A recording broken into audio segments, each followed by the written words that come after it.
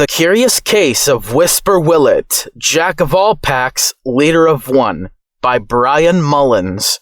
Narrated by Brian Mullins. Here are the chapters in chronological order. Chapter 1, Introduction. Chapter 2, Meet William Whisper Whillet the White Wolf. Chapter 3, Whisper meets Redmire Wrights the Red Wolf. Chapter 4, Redmire's dark past with her family. Chapter 5, Whisper's conspiracy theory about his family. Chapter 6, Delusions of Trivial Endeavor. Chapter 7, The Fake Suicide Attempt. Chapter 8, Families Part Ways with Whisper and Redmire. Chapter 9, The Theater of the Lamb. Chapter 10, A Silent Night's Sleep, No Dreams. Chapter 11, Whisper Willet's Life-Ending Discovery. Chapter 12, Whisper Willet's Untimely Death. Chapter 13, Life Lessons Post-Death. And Chapter 14, Finale/Conclusion. Chapter 1, Introduction. We won't be able to justifiably start the story with a hitch without introducing to you, the audience, who Whisper Whillet really is. William Whisper Whillet was born in Salem, Massachusetts on January 11th, 1966, alone in the middle of the woods. It's not at all common to see a born-alone leader like this, but when you get rid of the illusion of being a true leader of the pack, you can really see where he's coming from. His pack of 16 wolves didn't even realize that he was born until we get to the Theater of the Lamb scene in Chapter 9. The whole wolf pack consisted of 16 wolves, and here are their names. Bulgy Whillet, Whisper's youngest brother. Prygart Whillet, Whisper's youngest sister. Moonhead Whillet, Whisper's oldest sister. Rippler Lee Whillet, Whisper's uncle. Ballardy Whillet, Whisper's mother. Olawa Anheed Whillet, Whisper's aunt. Brew Hadley Whillet, Willet's father. Dicklet Whillet, Willet's niece. Dolve Whillet, Willet's nephew. Truth Whillet, Willet's grandfather. Lily Whillet, spelled Lyely, is Willet's grandmother. Tigler Whillet, spelled Tyggler, is Willet's close cousin. Wendroll Whillet, spelled Wendroll, is Willet's second-hand cousin. Yamalanaha Zumph Whillet is Willet's spiritual brother, older than Bulgy. Queevy Doll Whillet, Willet's sexually obsessed spiritual sister, older than Prygart. And Newman Whillet, spelt Nooman, is Willet's oldest brother. For 18 years, William Whisper Whillet never really knew that his family even existed, let alone did the unthinkable to his pack. Now let's introduce Whisper's girlfriend, Redmire Wrights.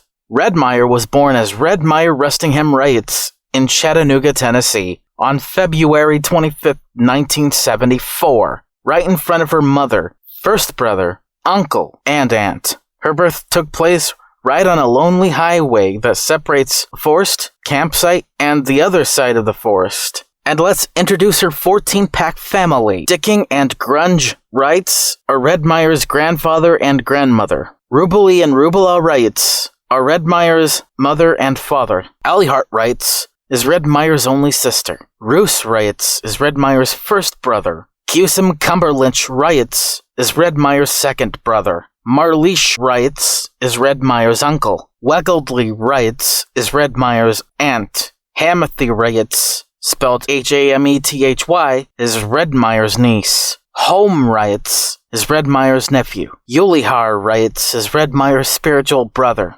Gyuth Foggle Wrights is Redmire's spiritual sister. And finally Goth Wrights, Redmire's spiritual father. Both Whisper's and Redmire's family won't be introduced until Chapter 9. When and where we begin in this story is on the day of May 30th, 1995, where Whisper and Redmire first met and hooked up as boyfriend-girlfriend. Whisper was 29 and Redmire was 21. They first hooked up at the Come Hither Inn, 4 blocks away from the Theater of the Lamb. Whisper and Redmire have their first sex that very night. They checked out a few days later. Throughout these few days, the story begins. Chapter 2. Meet William Whisper Whillet, the White Wolf. We meet the main protagonist of the story on the same day that became the first that he and Redmire stayed together and made love that night. He wakes up at 7 a.m., goes to his regular 9-to-5 job at a standalone bar known as the Theater of the Lamb, a bar that was built in 1962 and has never had any financial or infrastructural trouble ever since.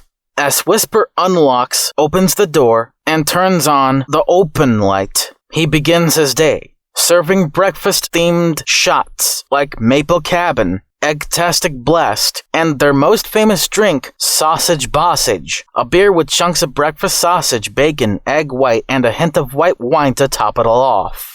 It's the one and only drink that is the centerpiece of the bar and theater known as the Theater of the Lamb. Not only did this wolf serve drinks to other party animals like foxes, raccoons, and coyotes, but to add on top of that, entire wolf packs come to the bar to either have a morning brew or an evening's grief, another phrase for fixins or dinner. The movies that, quote-unquote, the Theater of the Lamb shows on the regular are more popular B-movies starring anthropomorphic porn stars, mostly surrounding a plot that consists of reasons to add a porn scene in the middle of the dramatic climax of a tragedy. A villain getting his way, or, for example, highest in the middle of Low Bend City, an entire city of anthropomorphic foxes, wolves, and coyotes getting destroyed, all because they were all rendered permanently sterile over a massive chemical leak that made them all riot and burn their own city down. And during this whole scene, the two main characters were just fucking right in the middle. There was a movie that was filmed as a comedy special, a whimsical ferret that takes pot shots at other furry comedians with the stage name of Mostly Know How.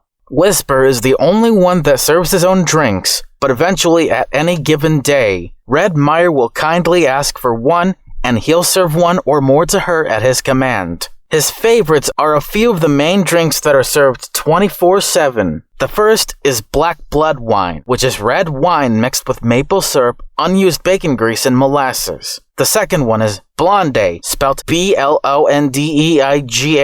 which is white wine mixed with citrus juice, pineapple chunks, and moonshine. The third is tiger tits, which is a hot cup of Cabernet Sauvignon mixed with regular milk, bamboo shoots, orange juice, and ginger ale. And finally, last but not least, the fourth one is Nut Buster, which is a cocktail that consists of whipped cream, chocolate milk, eggnog whiskey, and peanut butter. Before Redmire became his girlfriend, she was his 9-to-5 closest friend/love interest. Occasionally, Redmire has the courage to break up fights that other animals start over trivial shit, like cheating on an animal of another species, or some other animal peeing and jizzing all over a few seats after furiously masturbating with a taser to their balls under the influence of too many Maple Cabin shots. Sometimes, Whisper gets caught breaking up a petty verbal fight over topics that he considers well beyond the length of his tail. Overall, May 30th, 1995 was the tamest day in Whisper's entire career as a bartender at the Theater of the Lamb. Chapter 3. Whisper meets Redmire Riot's the Red Wolf. Even though, as I said before, that this wasn't the first time Whisper met Redmire, this time will be different. At around 6:30 p.m. on the same day, Redmire arrives to the bar distraught over not feeling 100% trusting of her own pack. She just got done crying as she entered the bar. Redmire kindly asked Whisper for a cup of tiger tits. Whisper kindly accepts her request. Redmire gets fired from her family-run job at a convenience store a few miles away from the Theater of the Lamb, all because she questioned the reason for her existence as a female red wolf, which wasn't nearly as much of an endangered species as today. Right as she stomped her way out of the store without her work clothes on in tears, she shits on the entrance rug as an act of retaliation. She walks to her mobile home right across from the store, puts on her new clothes, and drives off to the Theater of the Lamb bar. With an arrival, she cried in her car for 5 minutes while listening to the Beatles' 1967 song called A Day in the Life from their album Sgt. Pepper's Lonely Hearts Club Band. Whisper Whillet, while serving himself up a piping hot cup of tiger tits, joins Redmire in a heart-to-heart conversation. Whisper asks Redmire why she was crying earlier before she entered the bar. She quietly said, I think I must explain to you in a way where someone can't intervene or interfere. Redmire bravely talks about how her whole life was a lie from the time of her birth. Up to this point in the story, Redmire goes off in a passionate rant right before she finished her piping hot cup of tiger tits about how she met Whisper Whillet for the same reason why he met her. Redmire then told him that she got fired from her 9-to-5 job as a cashier at her family-run convenience store, a store ironically called Family Matters. Whisper Whillet was baffled at the new revelation, but continues the conversation about the reason why they're together at all. Sharing the same reasons, sharing the same goals, and sharing the interest in mind to destroy the fantasy of being the leader of the pack. A couple of hours later at around 8:30 p.m., they finished talking about those plans after everyone else has left or were picked up by somebody else to join or have fun at a party they frequently go to. Whisper and Redmire close up the bar together for the night at 9 p.m. They arrive at the Come Hither Inn at around 9:15 p.m., checked in at 9:20 p.m., and fully got the ability to unwind and tidy up by 9:30 p.m. Around 11 p.m. on the night of May 30th, 1995, Whisper and Redmire got into their beds, had furious yet enduring sex, and finally went to bed, putting their pajamas back on afterwards. Chapter 4. Redmire's Dark Past with Her Family. On the morning of May 31st, 1995, Redmire wakes up after having the first good dream she's had in her life. Whisper quietly wakes up right after Redmire makes herself a cup of decaffeinated coffee. Redmire doesn't need caffeine to make her go crazy about her family, but this crazy, in quotations, of hers is anything but. She doesn't really go off on a rant about her family this time, but more like an offhanded ramble. This ramble came right after her breakfast meal, which was a raw T-bone steak with a side of hard-boiled eggs. Redmire then brushes her teeth after her big meal. Redmire says to Whisper, I was born in the middle of the highway, but you know what? A car should have hit them all on the way to the grassy side of the road. Whisper said kindly, Tell me all about it. Redmire kindly accepted Whisper's request by saying, Okay, I will. She gets all descriptive to Whisper about her family. My family's a lie. My life's a lie. And that's the only reason I am with you. It's because your life's a lie too. And being the leader of the pack at birth is the biggest one of them all. Dickie and Grunge can't stop licking each other's genitalia and asses. Ripley and Rubella keeps on arguing about whether or not that they'll have another kid or when they do it at all, which they can't because my mother's fallopian tubes are all tied up by the veterinarian nearby. Whisper kindly interrupts with a few sentences.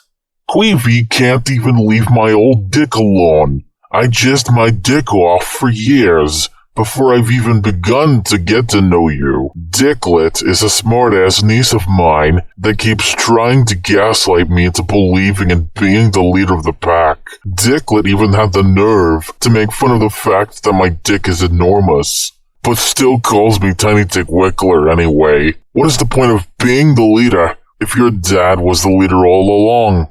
Redmire continues her truthful ramble about her family and how they're so shit. My uncle and aunt can't stop fucking each other. All my siblings are illiterate, and my parents are both failures in life. Running a convenience store, in my opinion, is just a downright cope to hide themselves from the fact that they are all illiterate and socially inept failures. Unlike your pack, my pack is still alive, and had partial involvement in the complete murder and cover-up of the pre-Whillet pack.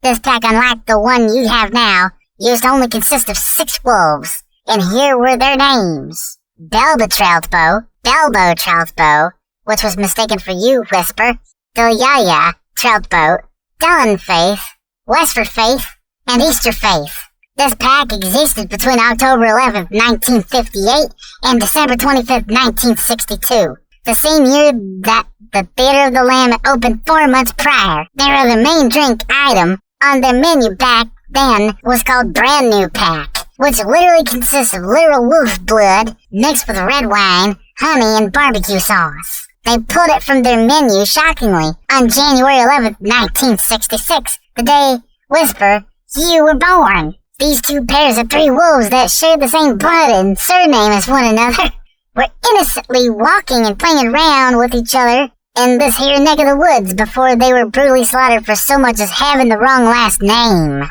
Whisper loudly gasps, and as his mouth was still agape, after the massive truth bomb Redmire just dropped, he gained a full-on erection in his pants, which made Redmire take her clothes off. They had furious sex again for 25 minutes, but this time, they took a shower together after that. Redmire and Whisper took turns washing each other's body parts and face. While Whisper was done with drying up after the shower, he just came up with this totally wacky conspiracy theory. A conspiracy theory in which will come back later to bite him in the ass. Redmire puts her new clothes on, while Whisper does the same but grabs himself a beer afterwards. Chapter 5. Whisper's conspiracy theory about his family. Here is how this theory went as Whisper described it, with crystal clarity. Right before he goes off on a passionate rant about his conspiracy theory, he opens his beer can and chugs it until the last drop. Redmire pulled out her Chardonnay and drinks moderately, goes for each little sip at a time. Whisper Whillet then begins to ramble. So here is how it goes. My father, mother, uncle, aunt, sisters, and brothers covered up and made fun of the fact that I was a leader of a pack before I was even born. They used to call me Belbo, as in Belbo Troutbo. I didn't even mind. It didn't even cross my mind. It just went right over my head all these years. While everybody is afraid of me calling myself by my real name, saying my real name out loud, and they were deathly afraid of me screaming my full name while furiously running naked and peeing on anybody that called me Belbo. Whenever I go out on these naked running sprees, I stop to take a breather. Most times I come right back inside the house. One of the times I did it, Dicklet was furiously sucking and choking on my huge cock, and I thought it was a water hose squirting out water the wrong way, because she seemed to drool a lot.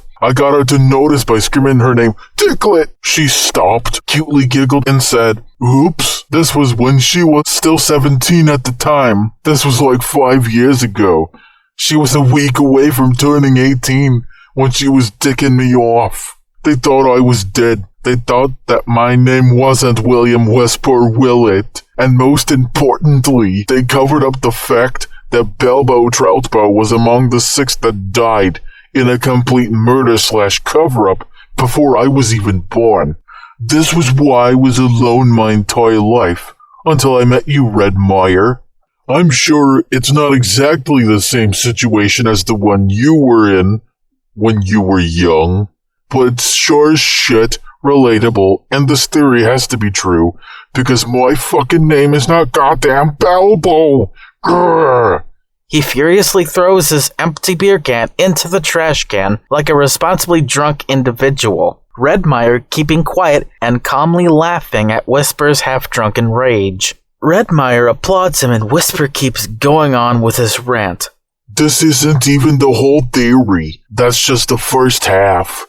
I was thrown onto the solid asphalt of the highway by my parents and siblings numerous times when I was a kid, while they desperately hoped that God would just send a car to go down the highway and run me over, only for God to send me to heaven, only to throw me back down and send me to hell. They took the blood of the pack they said I was the leader of before I was born, mixed that with red wine, honey, and fucking goddamn barbecue sauce. We're not pigs. We're fucking wolves, God. Why did you fucking abandon me when you knew I wasn't there yet? Whisper hysterically laughed his ass off over how stupid that question was. Redmire joined him in his short-lived laughter. They went out on a date and dinner at a restaurant named Vixen's Fixins. They both ordered a fancy plate of filet mignon steaks with a side of bacon, mushrooms, and french fries. They didn't have to pay anything to the waitress, as she paid herself ahead of time, which was the same price amount as the very things they ordered for themselves. They came right back to the hotel room at the Come Hither Inn in room 232. This time, instead of having furious sex in their bed, when it was time to go to sleep, they quietly giggled and cackled to one another. It got to the point where they were literally vibrating like a tickle-me toy that would cause a complete stir later that same year, in 1995. They stopped dicking around in their bed sheets and quietly went to sleep at around 11:30 p.m. They both woke up at 5 a.m. and started seeing and hearing things. Their spiritual siblings caught on to them, and it scared the daylights out of both of them.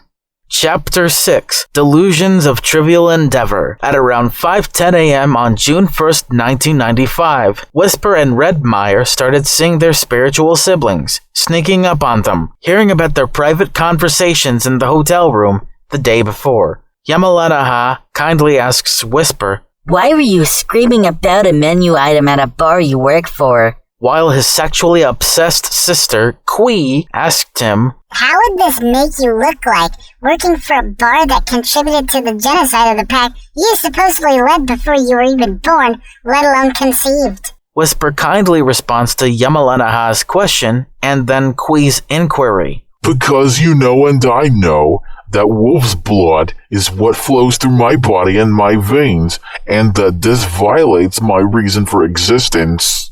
This would make me look like I'm cannibalizing my own pack that I led before I was even born, in the form of a drink or two. I can't live like this. I might kill myself with endless laughter. Redmire just bursts out laughing at Whisper for saying that he might kill himself with endless laughter. But then, Redmire's spiritual siblings started asking her questions. Yulihar asks her this question. Why and how did you even get to know Whisper's name, let alone who he truly was? Then to add on top of Yulihar's inquiry, Giyuth threw a wet hairball at her, that is proverbially, of course. What state is this hotel in? Holy shit!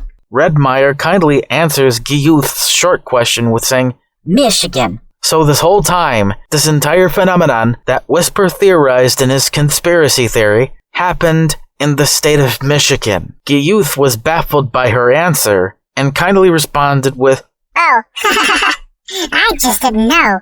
Oh, how sweet. It's in the state of Michigan. Then Redmire answers Yulihar's question with, He was a friend of mine when we were both in high school. He started working at the Theater of the Land back in 1989, and a day or two ago, we just became boyfriend-girlfriend. Yulihar just said, okay, and left. Giyuth told them both, I love you all, and nice to see that you have a slutty spiritual sister. Talk about hot stuff, Whisper. And left. Whisper and Redmire quickly went back to bed at 5:45 a.m. They woke up at 11:59 a.m. to the obsessive and furious knocking on their hotel room door. The knocking just suddenly stopped after Redmire sneezed loudly, only for Whisper to go right back to sleep for another 2 hours. All the while, Redmire went to go get something from her mobile home and came right back. Chapter 7, The Fake Suicide Attempt. Redmire recalls a time where she faked trying to commit suicide. This was back when she was 17 years old herself. Redmire fake cried for a few seconds. Whisper was feeling kind of awkward while being silent. So for the sake of the story, I will do the job of telling it like it is for poor old Redmire, as I, the narrator, will describe every single painful detail to you, since Redmire is still to this day too emotionally scarred to tell the tale herself, even though her entire family laughs their furry asses off every time she brings it up. On the night of June 2nd, 1995, they both started getting nostalgic about trauma in the weirdest way imaginable. As Redmire recalls, on the evening of August 20th, 1991, she tried to overdose herself on pickle juice. She apparently gathered up and collected 7 unadulterated jars of pickles, ate all the pickles in one sitting, and tried to drink every single last drop of pickle juice from all those 7 jars, resulting in her having a violent vomiting fit that lasted only a couple of minutes. She didn't even vomit out blood. She vomited out pickle juice and chunks of undigested pickle. Right after she vomited, she began to burp and belch like a beast. She then got angry at herself that her silly-ass suicide attempt failed epically. After she did this, she tried this whole plan to blow up the entire convenience store she started working for after being groped in the ass by her own perverted uncle, Marleesh. She failed to do so because she partially lit up her own mobile home on fire for 30 seconds. Not enough time for it to fully burn anything down. To this day, there are still some unremovable charred black stains all over the ceiling of the living room. To top it all off, she threw a whole bag of flour and it somehow hit her aunt right on her ass. Her aunt fell on her ass, got right back up, kindly laughed, and said, Oops, silly me. Redmire laughs at this traumatizing thought, so did Whisper, albeit laughing themselves red-faced at how retarded the attempt really was after all these years. They both fell to the floor in an effort to stop laughing at themselves. They stopped after 1 minute straight of vibrating all across the floor, near the end laughing while in the missionary sex position. After which, Whisper had to go to the bathroom for a quick masturbation session. Redmire almost shat herself laughing just there, but right after Whisper's wank, Redmire emptied out her bowel safely and cleanly. Whisper shared a similar experience about the time he prevented a suicide attempt that Dolv attempted, all because Dicklet decided to sodomize him with an uncooked, partially frozen chicken tender. A fucking goddamn uncooked, partially frozen chicken tender. That's just like wanting to quit your job all because you shat yourself on the first day of the job. Dicklet likes to fuck around with most of Whisper's family. This is, of course, not to trivialize or make suicide seem funny at all, because it's not. It's serious as all shit. Some suicide attempts aren't even suicide attempts at all. Another example of a fake suicide attempt is snorting a whole line of cocaine, running around your house until you get so dizzy that you just somehow dip headfirst into the lake that your house resides by and pretend to drown. Whisper and Redmire goes to sleep at around 9:30 p.m., unusually early for their bedtime, but they did it anyway. They had some dreams, but their spiritual siblings never bothered them last night. They decided to go back to the forest where both of these families lived. In these fancy log cabins, Redmire's and Whisper's families lived so close together, they were such closely tied neighbors in this regard. They then went to them to have a conversation that almost escalated to a full-blown physical fight on June 3rd, 1995. Chapter 8. Families part ways with Whisper and Redmire. As they woke up to visit their families, they went to the Theater of the Lamb to get each other a piping hot cup of tiger tits. Later in the morning on June 3rd, 1995, Whisper starts the argument with his family by asking 10 questions to all of them collectively. Number 1. Why did you call me Belbo as in Belbo Troutbo all these years? 2. Why do you let Dicklet start shit with other family members? Such as letting us sodomize my nephew with an uncooked, partially frozen chicken tender, or murdered the pack I was supposedly the leader of before I was born. 3. Why did you all not teach me how to fend for myself? 4. How could you do all this to me? 5. Why would you all even trust me to trust myself as I lost my trust in you wolves? 6. Who originally founded the Theater of the Lamb anyway? Number 7. What was the reason behind pulling the drink known as Brand New Pack off the menu? 8. Was my whole life really a lie, or am I the leader of my own pack now? 9. Will I be able to marry Redmire and at least try to create a pack of my own? And 10. And finally, for the love of God, please tell me, why is my dick so enormous? Is it genetics, or does it have to do with lineage? Before Whisper's family had any chance to respond, Redmire did the same to her family, but only asked them 5 questions. Number 1, why did you all let my uncle sexually harass me at the convenience store Family Matters? 2, why would you name your convenience store Family Matters anyway, in spite of the fact that almost nobody comes here to buy your shitty, off-brand, mediocre garbage items? 3, why would you treat my beloved White Wolf Whisper this way? Number 4, do you think I'm your most special daughter you've ever had anyway? And 5, how many new cubs do you think we can make without dying? Both Whispers and Redmire's family had nothing to say at all to answer for all those 15 questions, so they would have started fighting, but they all decided to calm their tits and relax as they peacefully go right back into their respective cabins. Whisper and Redmire drive back to the hotel room, starting to get a little giggly at the response. Whisper says, while trying so hard not to fall on the floor laughing, I can't believe that they couldn't even try to defend themselves. Redmire kindly responds with, Tell me all about it. This is why you're so intelligent and why I'm just so damn dumb. They go out to dinner, but to a different restaurant, the Theater of the Lamb, but this time with 30 unexpected particular guests. This upcoming chapter, I may warn you all, will be brutally hilarious, as much as it is brutally unsettling. Chapter 9, The Theater of the Lamb. On the evening of June 3rd, 1995, Whisper and Redmire were unexpectedly greeted by their own families, where they all screamed, "Welcome to the Theater of the Lamb, Whisper and Redmire." Redmire kindly responded back with, Howdy, y'all. Whisper said, Hi, guys and gals.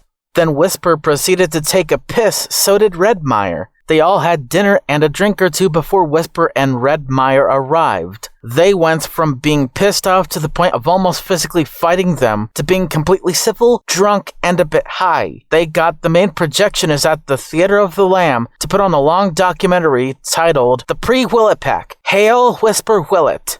The movie goes on for about 10 minutes, with the obviously satirical commentary, the obvious footage of the genocide of the pack Whisper supposedly led before he was born, and they didn't even begin to laugh. Some of them were even bored, but before they began to ask the projectionist to stop the film, the camera panned to Mostly Know-How, beginning to take pot shots at all of them, at the expense of both Whisper and Redmire themselves. The entire comedy special was mostly tame by the time it's all over. I'm not gonna lie, Mostly Know-How had some banger one-liners. For example, here's 10. Welcome to the Theater of the Lamb, where we serve up the equivalent of concrete mixed with fecal matter, Whisper's jizz and Redmire's piss. 2. Dicklet must be a real sweet name for an absolute bag of dicks. One that's particularly good at separating herself from the humongous one she's trying to suck off all the time. 3. Redmire has every reason and right to complain. That's why she's so madly in love with poor Whisper here. 4. Don't get me wrong, I take a shot at everybody who dared to have more than one piping hot cup of tiger tits. You would think at this point that I'm Ricky Balboa, snorting cocaine from between Duke Nukem's ass cheeks. 5. I wonder how you dig on them tiger tits. Do you choke on your own spit, or do you shove those bamboo shoots up your dick hole, having those titties smack you in the nose, and hope to God that you don't sneeze? 6. Where do you think you would take this bitch named Blonde to anyway? Into the woods for some straight up fucking? 7. Nutbusters, the kind of drink that Santa Claus would drink countless times until he's at the point of shagging one of the 9 reindeer, just trying to get Christmas straightened out for him. 8. The Theater of the Lamb is mostly known for that one incident where a hyena drank too many maple cabin shots, pissed and jizzed all over a few seats, whilst having a taser to his balls and screaming, "I love you, motherfucker," every time he tases himself with glee. 9. If I was only that fucking hyena with the dick just as long as Whispers. And finally, number 10. Your parents are waiting for their parents to die so they can wank off to them on their dead corpses. Bloody hell, mate. All of these one-liners had them laughing, but this was only the beginning. All of these 10 pot shots are part of his warm-up routine. What will be said next by Mostly Know-How, the British ferret, will have both Whispers and Redmire's entire family dying from laughter. Literally. Here it is.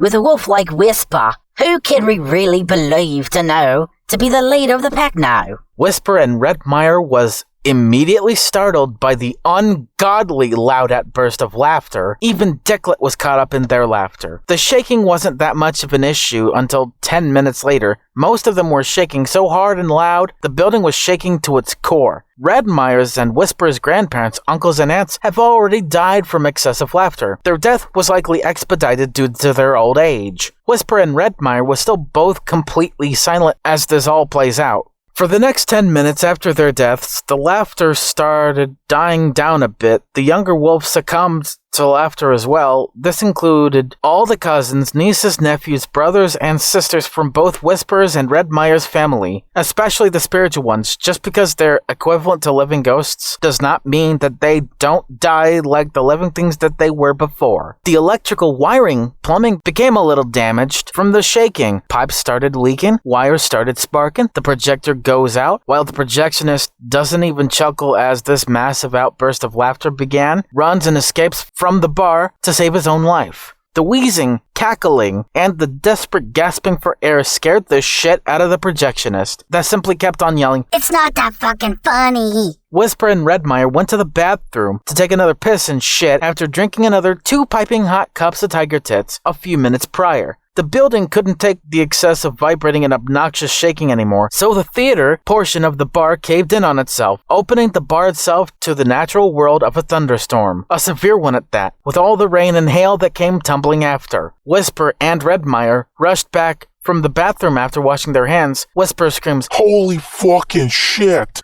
Redmire just bursts out laughing at the damage that their obsessive and obnoxious vibrating caused. Redmire then says, I understand that reaction there, sweetheart. For the next 10 minutes, after the past 20, the last of the 30 wolves died of laughter, the mothers and the fathers. Every single other wolf at this point already dropped down and died like a Tickle Me Elmo that just ran out of battery. And finally, at long last, all was quiet. The rest of the building started to crumble, including the very part of the building Whisper loved and admired the most. Right after Whisper and Redmire escapes the Theater of the Lamb and drives all the way back to the hotel room, the entire building collapses, leaving water spraying up in the air from the plumbing. A fire was started because of the electricity and alcohol combined. Whisper, after returning to the hotel room, quietly waits for Redmire to get out of the bathroom. Redmire gets out of the bathroom just distraught. Whisper enters the bathroom just downright sobbing out loud. Redmire joins in his sorrow by weeping while laying on their favorite bed. They stopped crying at the same time. After 15 minutes of doing so, they watched the news about what just happened at the now-to-be-defunct and destroyed bar called the Theater of the Lamb. They all just said nothing for the rest of the night, ate nothing for dinner, and just went hungry while sleeping for the rest of the night. And that concludes Chapter 9. Chapter 10. A Silent Night's Sleep. No Dreams. On the night of June 3rd, all the way up to the morning of June 4th, 1995, Whisper and Redmire slept silently. Whisper woke up at 7 a.m., crying after having no dreams. All the while, Redmire didn't wake up until 8:30 a.m. Redmire wasn't in the mood for sex anymore. Redmire just found out that all the sperm that Whisper gave to Redmire died in her vagina. Conception didn't even begin to her. She walks all the way to the bathroom, quietly shuts the door, and starts weeping slowly. Redmire didn't even say a word until she had her breakfast. So did Whisper. Whisper didn't even realize the shocking news Redmire tried her hardest to keep to herself. All of this was until Redmire broke it to Whisper right in his face. Now that they're still together, but all alone when it comes to the family that they no longer have. Things start to get ugly when it comes to their relationship, but they didn't have any gigantic argument or anything big to do until Chapter 11. Both of them cheered up, said a bunch of funny jokes, and went to Vixen's Fixins again. But this time, they negotiate about their futures after both of their families died brutally of laughter. Redmire orders a whole plate of barbecue shrimp with a side of asparagus and cauliflower. Whisper, on the other hand, orders himself a T-bone steak covered in blue cheese sauce with the sides of French fries and salmon. They finished their meal without even choking. They had to pay a sum of $12.30 in total for their meal this time, instead of having the waitress pay it for them, which was a hell of a bargain for them. And I'm not gonna lie, they returned to their hotel room, or room 232, at around 6 p.m. Redmire takes a shower first, then Whisper. They actually take showers separately this time. She cleaned her vagina perfectly of Whisper's dead sperm. Whisper then goes to the doctor to get a diagnosis for a certain type of cancer that is currently affecting him, without him fully realizing it yet. Whisper turns on the TV, changes the channel to the news channel. Whisper and Redmire, as she got out of the shower, found out that the Mostly Know-How show got cancelled and pulled from the network for causing the deaths of 30 wolves and the destruction of the entire bar known as the Theater of the Lamb. They also found out that Mostly Know-How and the projectionist killed themselves together, bringing a giant sigh of relief to and for both of them. Whisper and Redmire have sex again the very same night. This time, Whisper gave her the largest and last load he'll ever give in his life, to try and reproduce more wolves to further his lie of a bloodline. Spoiler alert, it works this time. Conception begins, and Redmire was found to be pregnant right before Whisper dies later on in Chapter 12. She was with another wolf named Ken McCall the Grey Wolf after the breakup. Chapter 11. Whisper Whillet's life-ending discovery. Whisper wakes up the next day on June 5th, 1995 at around 4 a.m. Whisper felt like his dick is falling off while Redmire is sleeping right next to him laughing her ass off. Whisper goes to the doctor at around 9:30 a.m. for his appointment/diagnosis. His doctor told him that he has stage 4 penile cancer. That's right, there's a true reason why his dick was so enormous. He comes back to the hotel room to only find out Redmire's still asleep at 10 a.m. Redmire wakes up to Whisper telling her about his dick cancer. Then he had the temerity to claim, I'm the leader of my own pack now. All of this pissed Redmire off to the point where she left for a couple of hours looking for another wolf boyfriend to call her own. Whisper rants to himself about Mostly Know-How. I fucking hate this ferret that killed both of our families, but I love to have loved somebody that I always had as a friend before. He ruined my life, my way of living. I no longer feel that having a humongous dick is a good thing. All the while, Whisper was confused for a few minutes, talking to himself about this entire time within the few days of the story, about his dick cancer, saying this to himself. All my life, I really thought I had a tiny penis growing up, and I always thought my big-ass dick was due to genetics. Well, the genetics is only half true. It's mostly because of penile cancer. Redmire comes back still pissed, but not pissed enough to leave again. Then and only then, the argument begins with Redmire going off on Whisper's white wolf ass. First of all, the first 2 times we have sex, the conception doesn't work, but this time it does? Whisper simply says, It works this time? I thought it worked the first time. How the fuck do you know that now? Redmire clapped back with her response. I can feel it, Whisper. I can feel the most ticklish part of you inside of me, you rotten bastard. That's how. Now, after the fact that you had me in suspense over the fact that you didn't tell me until now that you had dick cancer. And now you have the balls to feel sorry about how I felt being with you at all. Do you even remember the reason why we're together, Whisper? The reason why we're together is to destroy the absolute delusion of you being the leader of your own pack. Because you never motherfucking were, Whisper. And you know what, Whisper? I'm breaking up with you because I swear to God, if I give birth and die on the very same highway I was born on in 1974, you'll never be the father. And the new boyfriend I'll hook up with will never even be the stepfather because of you. And you know what, Liam Whisper Whillet? That's entirely fair. I only hate the fact that we won't be together forever and ever. Whisper responds with his rage-induced rant. You know what, Redmire? You're goddamn motherfucking right about everything I know about you. You don't even begin to have any right to blame what will likely happen to you on me. You can't blame me for my dick cancer. It's not something I can control with my carnivore diet. You can't even blame yourself either. I eat plenty of vegetables every single fucking day, man. Because I understand you. And even after this breakup, I still love you, Redmire. I was never the fucking leader of my own pack before I was born because our families murdered them and murdered the chance that I'll ever be. And even if I had the chance to be when I was born, they'd have no leader anyway. I didn't even begin to know that I had dick cancer until I went to the doctor's office this morning. Had to wait a few fucking hours for the hospital to even open because I felt like my dick was falling off the Empire State Building for Christ's sake. I'm sorry that tickled you, bitch. Redmire apologizes for what she said about him, but the breakup still occurs. She silently left, but not without saying her last words to Whisper as they checked out of the hotel and hotel room. Whisper, I still love you too, but even you are too good for your own family. Whisper leaves, quietly walks out of the hotel, walks to his black car, and drives it to the hospital after calling about his dick cancer getting worse. Whisper's dick cancer is well beyond the faintest fucking chance for remission at this point. Whisper is now stuck in the emergency room, and that's where he'll stay until the day he dies in this story. Redmire books another reservation at the same hotel, but in a different hotel room, in room 101, and with a different new boyfriend, Ken McCall the Grey Wolf. Chapter 12, Whisper Whillet's Untimely Death. About 3 weeks after the breakup, on June 5th, 1995, Whisper was found dead on the stretcher he had to sleep and eat food on. The nurse and doctor beforehand knew Redmire and her phone number, so they call her while Redmire was just waking up after a peaceful night's sleep with Ken.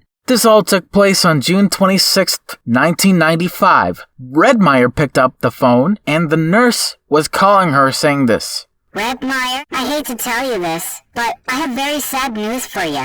Redmire kindly responds with, Okay, please for the love of God, tell me. The nurse tells her, William Whisper Whillet is dead and died from stage 4 penile cancer. The last time we measured his penis length as he died, it was at a profound 15 inches long, and both his testicles were black and being the size of ostrich eggs, in my opinion. Redmire kindly acknowledges what the nurse told her, thanked her for giving the tragic news to her, and swiftly hangs up. She screams to herself, Jesus fucking Christ, holy fucking shit! All of a sudden, she was on the verge of shitting herself. She rushed herself to the bathroom and slammed the door. Ken was silent and baffled at what he heard the nurse told Redmire. Ken went to get a can of 0-calorie beer. He kindly opens the can, takes sip after sip of his drink, and puts it down when it was empty. Ken suddenly wanted to take a shit, but Redmire was in there shitting her ass out. Ken talks to himself softly. My God, maybe this will be the opportunity for me to become the leader of the pack for now. Redmire, after she's done shitting, wiping her ass and flushing, puts her clothes on and starts to sob out loud for a few minutes. Ken, being a tender-hearted wolf, starts to cry and howls with Redmire at the same time she started howling. They all cheered up, and Ken was glad that Redmire was pregnant. The doctor, which turned out to be Ken's supposed father at work, goes off on a tirade about his supposed son to the nurse, and here's the best snippet of it. Ken is the whiniest, most delusional wannabe daddy faggot the whole world has ever seen. He won't know it until it's too late, nurse. I swear. Because I adopted him. That's why. Chapter 13, Life Lessons, Post-Death. 8.5 months later, Redmire breaks up with Ken over being the leader of a 2-wolf pack. Tells him that he will not be the stepfather of the new white wolf baby, but she had no time to argue. Her water breaks, and she leaves Ken all alone to kill himself with his own double-barrel shotgun that was right under his side of the bed this whole time. Ken blows his brain out, but had the nerve to blow it while pulling the trigger twice. His death wasn't discovered until other people complained about the horrible smell coming from room 101 a day later. On February 27, 1996, Redmire ran for 10 miles straight while her water broke and she was on the verge of giving birth. To find the perfect place in the forest to give birth all by herself with nobody by her side. All the while, the hotel management called the local crime scene cleaners to completely get rid of the biohazardous matter and completely clean up afterwards. Then once the crime scene cleaners got done cleaning the suicide mess Ken left behind himself in record time, the hotel employee got to making the new bed they had to replace the old one with on the same day Redmire left. Redmire then proceeded to crouch down, and as she did, the newborn white wolf came easily out of her vagina. Redmire was so exhausted, while blood was easily pouring right out of her vagina, she couldn't even run. She was feeling progressively dizzier by the minute. Then after 10 minutes of desperately walking up to the very highway she was born on in 1974, she finally fully bleeds out and dies at the age of 22 years old. Right as she gave birth before she died, she named the newborn white wolf boy Timothy Whisper Whillet. The newborn doesn't even get to live for a week, as he died 5 days later after Redmire passed away, on Sunday, March 3rd, 1996. Before her death, she expected the newborn to fend for himself, when he couldn't even breathe, even with the protective umbilical skin was removed by Redmire herself. William Whisper Whillet, January 11th, 1966 to June 26th, 1995. died when he was at the age of 29 years old. Their families, each family member is accounted for, died at the age of between 6 years old at youngest and 79 years old at oldest. Died for the most retarded reason ever. Because William Whisper Whillet existed and believed that he was the leader of his own pack before he was even born at all. What a waste of life all of them were. Now, here are the 7 life lessons. 1. Being the leader of the wolf pack is a fantasy and meaningless because either you weren't born first or you're not your own father, which is the actual leader. 2. Living a lie can be just as costly, if not more so, than dying alone. 3. Spiritual siblings don't really exist in real life. 4. Newborn wolves, let alone newborns in general, can't even fend for themselves. 5. Life is short. Living a lie is shorter than you think. 6. God does not exist, he never existed, and he never will. And 7. This concludes the entire story within this audiobook before the conclusion. And now, we must conclude Chapter 13 and finally end this audiobook on a high note, shall we?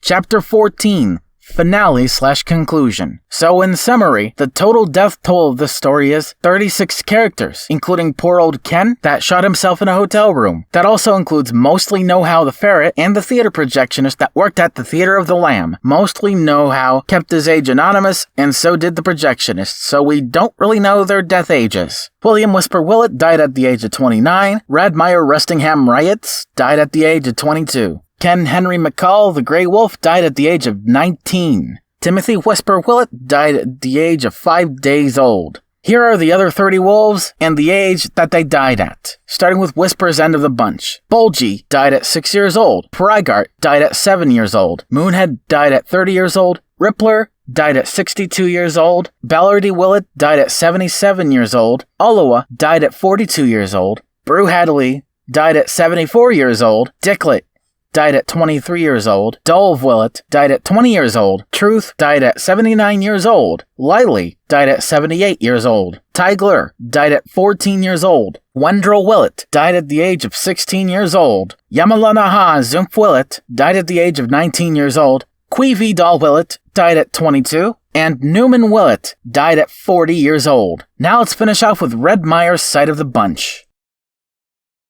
Dicking died at the age of 66 years old. Grunge died at 70. Rubelee died at 50. Rubela died at 44. Alleyhart died at 27 years old. Roos died at 20 years old. Cusim Cumberland Riots died at 17 years old. Marleesh Wrights died at 32 years old. Weggledly Wrights died at 29 years old. Hamathy Wrights died at 12 years old. Holm Wrights died at 9 years old. Yuliha Wrights died at 20 years old. Giyuth Fogel Wrights died at 21 years old, and Goth Wrights died at 50 years old. And that concludes the entire audiobook of The Curious Case of Whisper Whillet, Jack of All Packs, Leader of One, which was narrated, written, and published onto YouTube by Brian Mullins. This has been a Brian Mullins the Fox production/release. I am Brian Mullins the Fox, signing out. Goodbye. The Curious Case of Whisper Whillet 2, The Ghost Chronicles by Brian Mullins. Narrated by Brian Mullins. Introduction. Before we get on to the chapters, unlike the first Curious Case of Whisper Whillet audiobook, I will have to clarify some things. I'm going to explain myself about how the first Curious Case of Whisper Whillet audiobook has a lot of explanations about what happened to the pre-Whillet pack from 1958 up until 4 months after the Theater of the Lamb was opened on August 25th, 1962. The drink that used the two packs' blood as either a topping or well within the mixture of that with honey, barbecue sauce, and wine. And both of these packs were, of course, of the Troutbow and Faith bloodline. And of course, Whisper Whillet himself, when he was alive in the first book, was never the leader of his own pack, let alone the leader of the pack he supposedly led before he was even born, let alone conceived. Chapter 1. Meet 3 new characters. Chapter 2. The explanation of the haunted environment surrounding the plot of land where the Theater of the Lamb used to reside by. That includes few of these characters hearing an outburst of laughter while nobody is really there laughing. It's just a bunch of collected spirits. 30 collected spirits from that one incident on June 3rd, 1995, when both Redmire's and Whisper's families died laughing at mostly know-how's one question that triggered an epic laughing binge on both sides. Chapter 3, Redbow builds a new bar right over the plot of land that the Theater of the Lamb used to reside by. Haunting experiences ensues, and so does the hilarity afterwards. Chapter 4, Bruce dies laughing after the bar opens, pretty much concluding its innocence in the same plot of land that the Theater of the Lamb used to reside by. Chapter 5, the more people came in to have a drink, the more likely they died laughing as the ghosts went inside them and took their lives. I'm giving explanations for the chapters. These aren't really the real titles of the chapters. Chapter 6, Redbow becomes the villain and goes on a worldwide anti-wolf genocide, which would have eventually wiped off every single wolf off the planet had his girlfriend not stopped him and let it happen, essentially. Chapter 7, Redbow comes clean about his past. Chapter 8, Redbow kills his entire family and then kills himself. Chapter 9, lessons we've learned throughout this audiobook. And finally, Chapter 10, conclusion/finale. And death toll counts, of course, because this whole franchise of audiobooks is fucking brutal. Now, without further ado, and without further dicking around, let's begin. Chapter 1. Meet 3 new characters. Here's the new cast of characters, ladies and gentlemen. Starting off with Redbow Frankfort the Black Wolf. Born on October 31st, 1978, in a forest in North Carolina, surrounded by his entire family that took care of him while he was young and growing up. He was never the leader of the pack, and the fact that he will never be will later kill him inside. 2. Bruce Brock Belcock, the Red Wolf. Born on July 4th, 1977. He was born in a forest between Jersey City and Hoboken, New Jersey, almost all by himself, with only his mother and father being there to take care and teach him life lessons. He's not the leader of the pack anyway. And 3. Jennifer Hanklin Bowley the White Wolf. Born on May 30th, 1980. She was born in upstate Vermont in a very wide open forest, surrounded by her entire family, just like Redbow. Jennifer was Redbow's girlfriend and only love interest he ever had in his life. There are other characters. Number 1, the ghosts of 30 wolves that died laughing on June 3rd, 1995.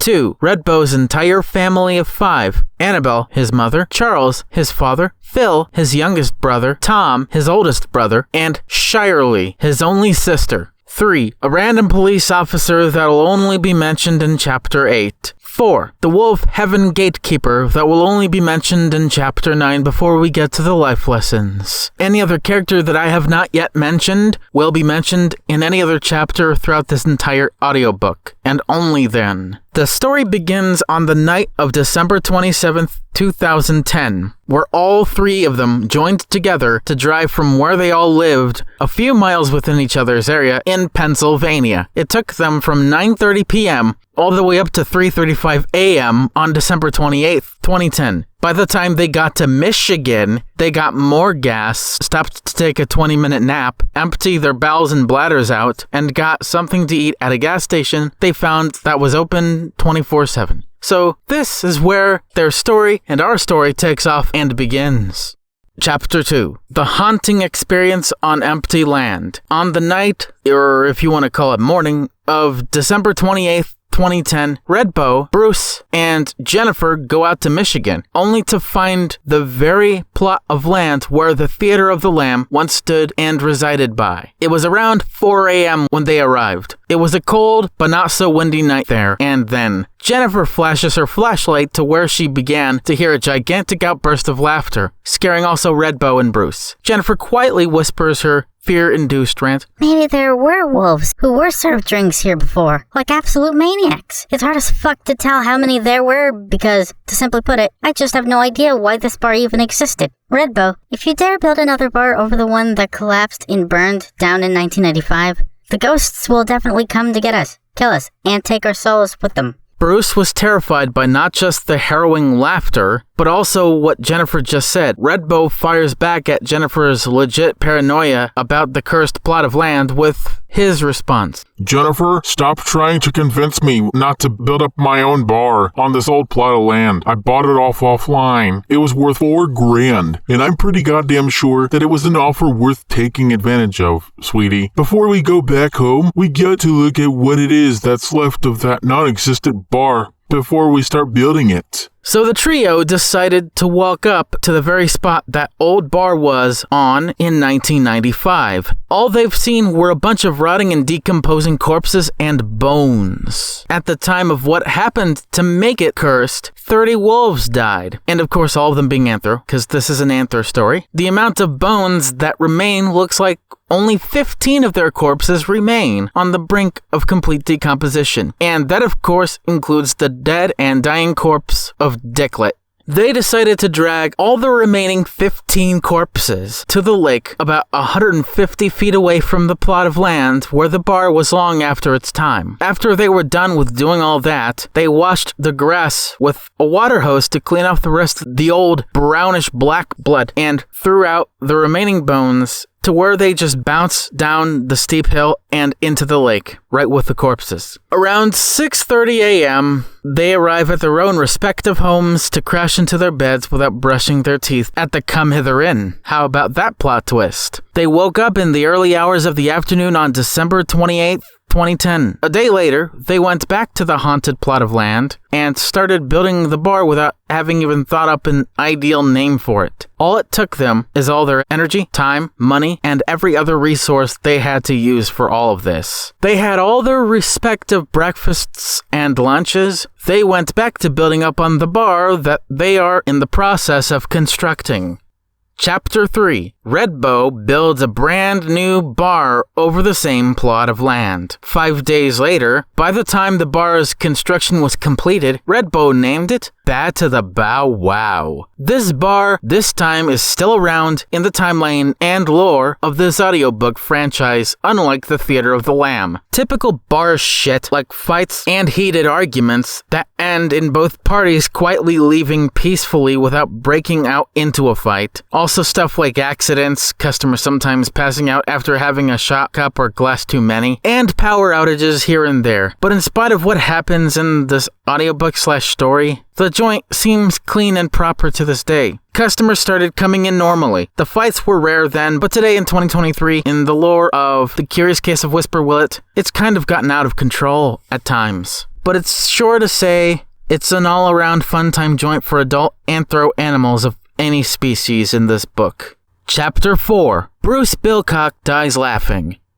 On January 5th, 2011, Redbow, Bruce, and Jennifer had their very own night out at the newly built bar, but this time, Jennifer started telling the story of Whisper Willet's short-lived life, his experience/short-term relationship with Redmire Wraiths, and how the entire story ended. Right after Jennifer finishes telling the story, by mentioning the fact that Timothy Whisper Whillet didn't even get to live for a week, Bruce was confused to the point of insanity. Bruce asks all the right questions about the story like, why did Whisper hide the fact that he had dick cancer all along? Why did Redmire act like such a cunt to poor old Whisper? Why was it so funny that both Whisper's and Redmire's families died laughing? How did Whisper get from Massachusetts, the state he was born in, to Michigan? Why did Redmire suddenly fall madly in love with Whisper, only to dump him because he had cancer? How come his family lied about his real name to cover up the fact that they killed the 6 wolves that Whisper supposedly led before he was even born, much less conceived? Why would he believe in himself if his family lied about him and mistakenly name him Balbo Troutbow? What was the whole point of Whisper's whole life, really? What was the whole point of Redmire's side of the story?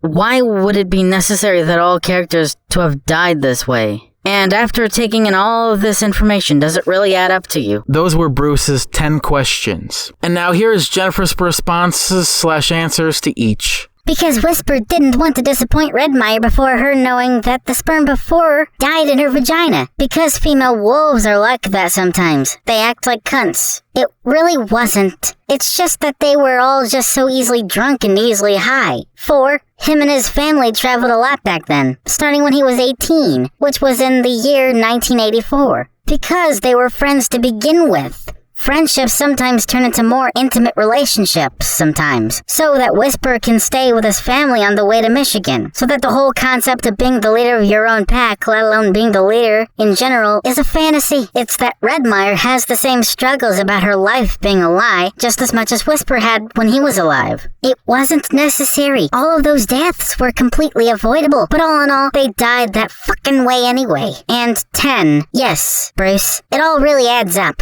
No matter if it's just your opinion or if it's just a fact to you. There was a few moments of silence. Nobody said a word or did a single thing at all. Bruce, having heard all of Jennifer's 10 responses to his 10 questions, had another full glass of beer while she was answering his questions. After a few moments and a quick trip to the restroom to take a piss break, Bruce comes walking back to the bar laughing hysterically, and maniacally at that. Bruce, Jennifer, and Redbow were laughing with each other for 5 minutes. Jennifer and Redbow talked it through, while Bruce was quickly losing oxygen. After another 5 minutes, Bruce dropped dead by the time that Jennifer and Redbow closed the bar for the night. Redbow and Jennifer, as they left together to go to their home, talked to each other why Bruce died that way.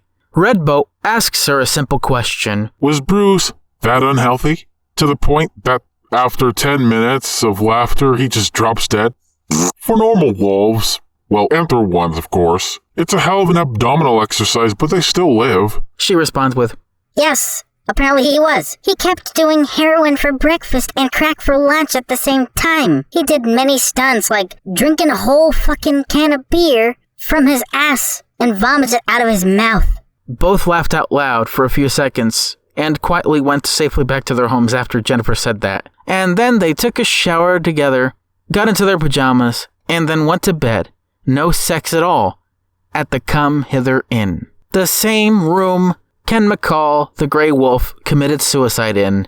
Chapter 5. Curse of the Laughing Soul-Sucking Ghosts. In the early hours of January 6th, 2011, Redbow and Jennifer found out that Bruce apparently wasn't the only one that got cursed by a laughing soul-sucking ghost, but 29 others were too. Here are the statistics Redbow showed to Jennifer. 11 anthrofoxes, 9 hyenas, 3 pigs, 3 wolves, accounting for Bruce, of course, 2 dogs, and 1 anthro-cat. At this point, there were now 60 cursed spirits, but the new 30 isn't cursing the new bar. They were only cursing the plot of land around and surrounding it. It's only a matter of being able to get to the bar without hearing ominous outbursts of laughter so you don't get their attention. Every other anthro animal has succeeded in doing this without giving the 60 ghosts even the barest light of day. In other words, a vast sea of question marks flood Jennifer's head whilst taking in these quote-unquote statistics from her beloved boyfriend. Then Redbow just stares at her for a few seconds, contemplating and thinking up of a plan of what will happen and what his plan will come out to be in Chapter 6. Chapter 6, Redbow's Genocide, the one and only leader of all packs. Once Redbow opened up his bar again in the morning hours of January 7th, 2011, Redbow was drinking himself to the point where he's almost wasted. But then, right before he passed out, after having too many drinks, he had this 1-minute rant. Imagine never being the leader of your own pack or being the leader of the pack that you're destined to lead because you'd be a future daddy. What if there is no future daddy? What if there is no future family? What if we're just wolves making more wolves? What pack am I the leader of then? I'm so baffled. How is this so fucking hard for people to understand? This doesn't really come naturally, even though reproduction does come naturally to wolves. That's a contradiction to wolf lore. I wish my life was a refund, and I wish they took us back in time and shoved me right up my mother's cooch. Ugh. And then Redbow passes out. Jennifer, just confused, decided to walk away, drive in her car, and go back to the Come Hither Inn hotel room. She was silent all day. She ate, of course, she drank water, and the only time she talked were she took a shit in the bathroom or just went into the bathroom in general and talked to herself, quietly, where nobody eavesdropped her. Yes, she was that paranoid. Once Redbow got back up a couple of hours later, he went back home to Pennsylvania to broadcast his plan to commit, or at least attempt to commit, the world's biggest anti-leader of the pack wolf genocide in the history of this franchise. Or maybe in any literature of any format, let alone this one. Redbow plans to take out any wolf father figure and make Redbow himself the leader of all the packs of all the wolves of any species, of any breeds all around the world within 30 days. This is insane. But let's just get to Chapter 7 for the sake of it. Chapter 7. Redbow's final admission of guilt. Before we get to the climax of the drama surrounding this chapter's title, I'll explain in painstaking detail all of what happened that led up to this point. When Redbow went back to Pennsylvania, here is what he said in his quote-unquote live stream video. Finally, my time has come to introduce what I've concocted as a worldwide solution. I want to prove once and for all that being the leader of the pack is not a fantasy. I, Redbow Frankfort the Black Wolf, will solemnly swear to kill every single wolf father figure so that I can be the one and only true leader of the pack, and certainly the best one in which the world has never seen before. You may want to report this to the authorities. Try me, bitches. I will solemnly swear to expose all wrongs with not being the leader. You were born to be a leader. You were born to defy all odds, all authorities, even siblings and parents. And I want you all to know that I stand with all of you and that I love you. Daddy bless. I'm Redbow, and I'm signing out. When his girlfriend, Jennifer, saw this as it took place on January 7th, 2011, she saw that live stream that very night. This mentally and emotionally broke her completely. She also realized that Redbow completely cut himself off from her, essentially an indirect breakup, without being told about it at all. She says a few things before she calls Redbow, confirming and certifying the breakup, hanging up on Redbow, grabs a long white rope, and hung herself in the bathroom shower. All my life, I was lied to by everyone I have ever loved and cared for. All of them! Not even Redbow knows how fucking bad this is. I'm going to call him. It's important to point out that if you want to do something as stupid as quote-unquote publicly planning to commit a genocide like this, other anthro animals have already reported the stream to the local authorities that reside in the same area he does. The authorities do nothing yet, but one police officer will catch up on poor Redbow when he does the unthinkable in the next chapter, or Chapter 8. Redbow, before he goes to kill his family and then himself, actually travels across 5 states: Pennsylvania, New York, Ohio, Indiana, and Michigan. In total, he was successfully able to murder a whopping 12,500 anthro-wolves with a long silver machete by beheading them all, leaving them all to bleed themselves to death that way, while other family members nearby either screamed their heads off or killed themselves altogether. The death toll outside of the wolves he killed was 100,000, all of which were suicides by either hanging, gunshot to the head, snapping their head clean off their shoulders, or falling off a dangerous height and landing on their feet, gushing out with blood and bone. He drives back to his home state after a 17-hour, 5-state murder spree. Long after Jennifer has died from hanging herself, the crime scene cleaners were much faster now because not much blood was leaked out from Jennifer's dead corpse. It was just a heavy corpse with a little blood leakage. This happened in the same hotel room that Ken McCall, the Grey Wolf, killed himself in, or room 101, at the Come Hither Inn in Michigan. So at this point, when Redbow returned home long after cleaning off his machete, taking all the blood, guts, and even some chunks of bone marrow off, his family immediately knows just what he has done. They kindly took him out of his red and white van by grabbing him by his right hand, gave him a seat in the dining room, and started talking it out with him. Here we are at the main event of Chapter 7. Redbow's confession. Annabelle, which is Redbow's mother, and Charles, which is Redbow's father, confront him by saying this, starting with Annabelle.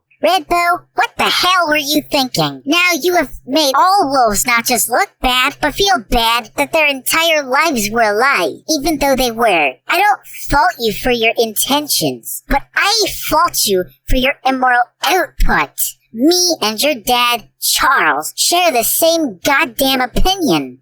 Charles. Yes, I do, but I have a question for you, son. How fucking dare you prove the point that being a leader of the pack, much as being the leader, is just a fantasy for desperate male wolves like you because you can't get laid and have kids like the way we made you? Redbow. I know that I'm an all-around loser and a massive piece of shit. But why does it bother you that I have tried? I've tried to maintain a relationship to this point where I've become a husband and, yes, a daddy. Jennifer was the closest attempt at that, and I failed her. I tried to reason with other animals that always disagree with me without even thinking about how my actions affect them, let alone the others I killed and those I left to kill themselves brutally. Charles. Jennifer is not the reason why you're a failure, you son of a bitch. You would never blame Jennifer for the 12,500 wolves you've killed with your machete, and the 100,000 others that you left to kill themselves.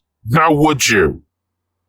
Annabelle. Charles, how dare you imply that I'm a bitch? You do know that you had the same struggles that Redbow has now, right?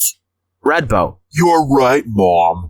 Charles. Annabelle, don't talk about my fucking insecurities and then dismiss me as a hypocrite. I may be a hypocrite, but that doesn't mean that I'm not trying to teach my bastard wolf child son here. Annabelle. Are we really fucking having a conversation, or is it all about your deadbeat ass because you're offended at being partially and indirectly responsible for conceiving and creating a wolf monster? Charles. I wish we weren't having this fucking conversation at all, to be quite niggardly and honest. Redbow. Shut the motherfuck up, Dad. Demeaning and degrading her for exposing you as a bigger hypocrite makes you sound like a tone-deaf prick. Charles. You are the only hypocrite I care about degrading and demeaning, pussy bitch. Redbow. So, you're gonna act like a homicidally mental nagger here now, huh, Charles? Huh? Charles. What the hell did you just say? Redbow? Frankfort? The Black Wolf? Did you just call me the N-word? Annabelle. Cut it out. I'm not in the mood for this, motherfucker. You know what, Charles? I want a divorce. You were never worth the cum, sweat, blood, and tears you shed to make Redbow. Redbow responds to Charles with, I said nagger, not retard. Tom walks down the stairs, in a rush, mind you, screaming, What the fuck is going on? Shirley follows him up with, Yeah, what the fuck is going on? Charles immediately scorns them and dismisses them by saying this. Both of you go to your room right now. Annabelle. Charles, don't you dare!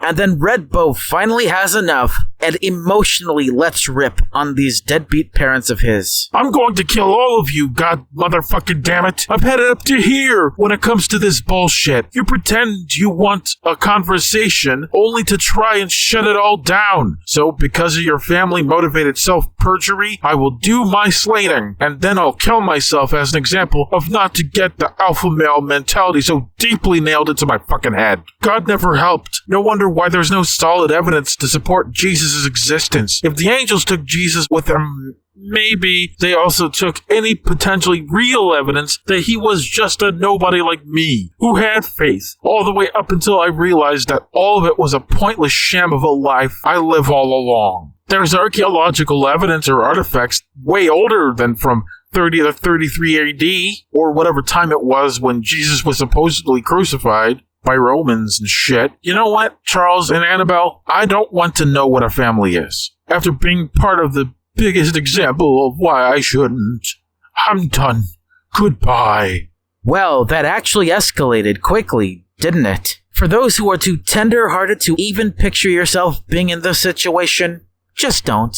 Please, just don't. You would only be damaging yourself by not getting help. Before I get to Chapter 8, I will have to warn you, it does concern a fictional character's suicide. much like the 100,000 suicides before. If you have suicidal thoughts, or know someone who does, call the Suicide Prevention Hotline immediately, or as soon as you can when you're busy. I do not encourage any of these thoughts running through your head. Don't endanger yourself. Don't endanger others. And get some real, actual help, please. Believing in Jesus does not stop you from having the idea of wanting to kill yourself if you're desperate and out of hope. Hope would just be a slippery slope at that point. There may be people who are Christians that prevent you from doing it, but the ideation part is most important, not that it was prevented to begin with. Because in spite of those people, it may happen again, but without their help this time. Which, dear God, I hope it doesn't. Please don't. The police officer that caught up with Red Bow's shitty actions was Officer Brian Beagle Blood at the age of 34, an Anther Beagle police officer. Chapter 8. Red Bow kills his family and then himself. So now, Red Bow grabs his machine gun, storms back into his family's house, and killed his entire family. Then he turned the gun on himself. Annabelle was 48, Charles was 72, Shirley was 16, Tom was 15, and Phil was 9. All of them lived 160 years combined. That can take us as far back as 1863, if we combined their ages, ending another life that would have been completely successful if it weren't for his parents and their ego issues being soaked into him mentally, and the psychologically, sexually, and physically draining, yet false mentality that being the leader of the pack, being the fantasy that it is the most important thing you can achieve in an Anther Wolf's life. You can't just be oozing out love with every ejaculation. You can't just be bleeding out love with every heartbeat. And you certainly can't be oozing out sweat with every single fucking pointless goddamn exercise of the most useless and retarded alpha male advice that not even God himself, which doesn't really exist anyway, can ever get, let alone give to you. No justice would be served. Brian Beagle Blood, the Anther Canine Beagle police officer, has been found dead by a gunshot to the head, or a suicide, a week after Red Bow took away his family and then his life with him. No further suicide took place after all of this, bringing the death toll, combining murders and suicides, to be a number so large it'll only be mentioned in Chapter 10. Chapter 9. Lessons we have learned from this audiobook. After all the brutal shit that just happened, what have we really learned from all of this, ladies and gentlemen? 1. The same things we've learned from the previous audiobook. 2. Killing your entire family or quote-unquote pack in this context does not prove that being the leader of the pack is not a fantasy. It only acts as a reason to reaffirm not just that position's validity, but the whole point in general as well. 3. Killing other Anther Wolves for not believing or agreeing with 100% to a false conception of a wolf's life is not a valid justification, nor will it ever be, no matter what species of Anther animal you are. 4. Be your own wolf or anther animal or any other animal, not the leader or the alpha of any pack, let alone your own. 5. Stop and think before committing anything illegal or unethical. 6. Get your act and shit together, folks. And 7, keep calm and carry on afterwards. Now let's get on to Chapter 10 and end this son of a bitch of an audiobook sequel. Chapter 10. Now, we have reached the end of this audiobook, but it isn't quite over yet. There's still a lot of things I need to explain. First, let's start with the total death toll in this audiobook, and then add it up to the death toll of the previous one. Okay, now let's begin. First off, 12,500 Anthro Wolves, father figures, killed in the name of being the leader of the pack by Red Bow Frank Fort the Black Wolf. 100,000 Anther Wolves or family members were left to kill themselves in light of a life-ending situation. 30 more Anthro animals mysteriously died laughing at the Bad to the Bow Wow bar Red Bow Bruce and Jennifer helped build, not just Bruce dying of laughter. Bruce was only 33 years old.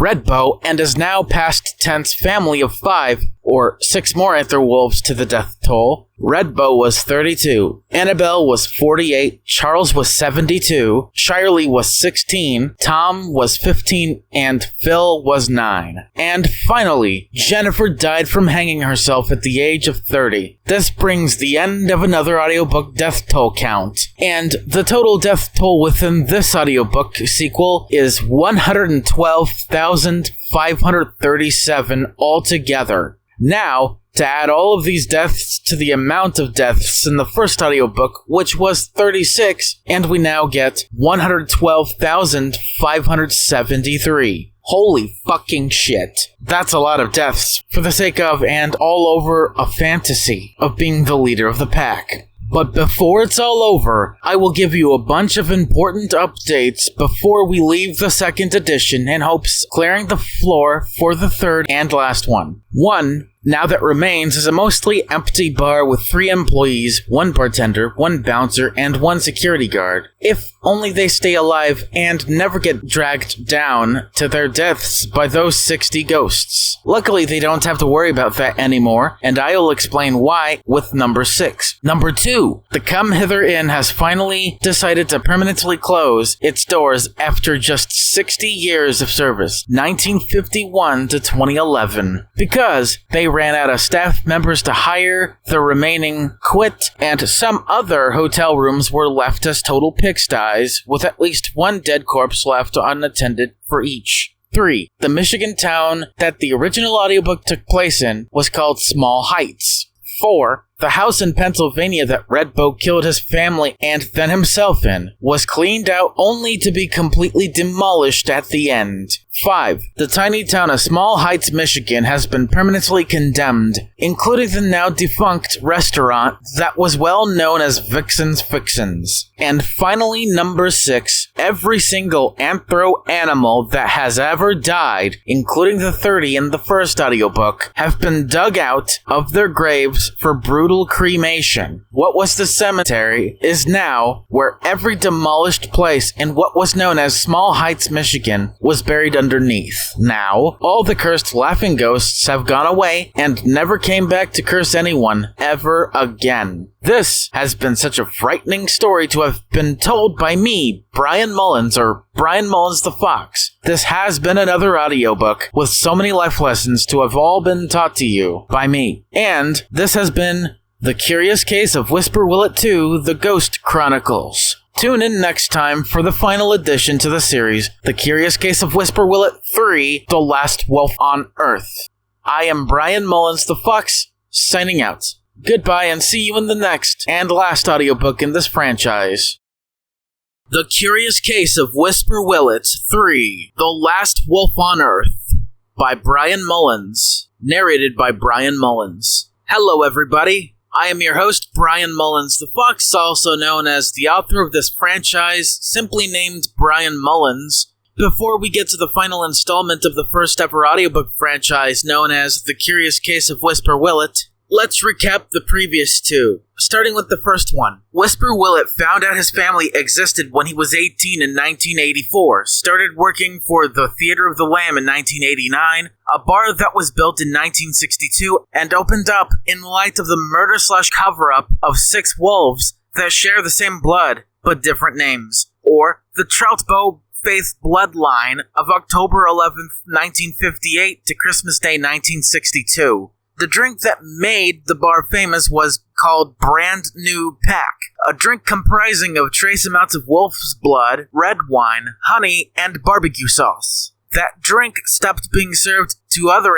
animals on January 11th, 1966, the day Whisper was born. The reason why Whisper and Redmire were in the boyfriend-girlfriend relationship in the first place was because both of them lived a lie. William Whisper Whillet died of stage 4 penile cancer at the age of 29 years old, with the nearest nurse describing his dick size being at a profound 15 inches, and his testicles both being black and being the size of ostrich eggs, in her opinion. Redmire first met Whisper when they were in high school. She became his regular 9-to-5 friend when he was working at the bar, and had a short-lived boyfriend-girlfriend relationship with Whisper. They typically had sex and took showers either separately or together. They typically went to Vixen's Fixins to get their dinner. Both went on tirades about how much their lives were a lie and how shitty their families were. The conception failed in Red Meyer's vagina the first time, but finally succeeded as Whisper's last load of his life.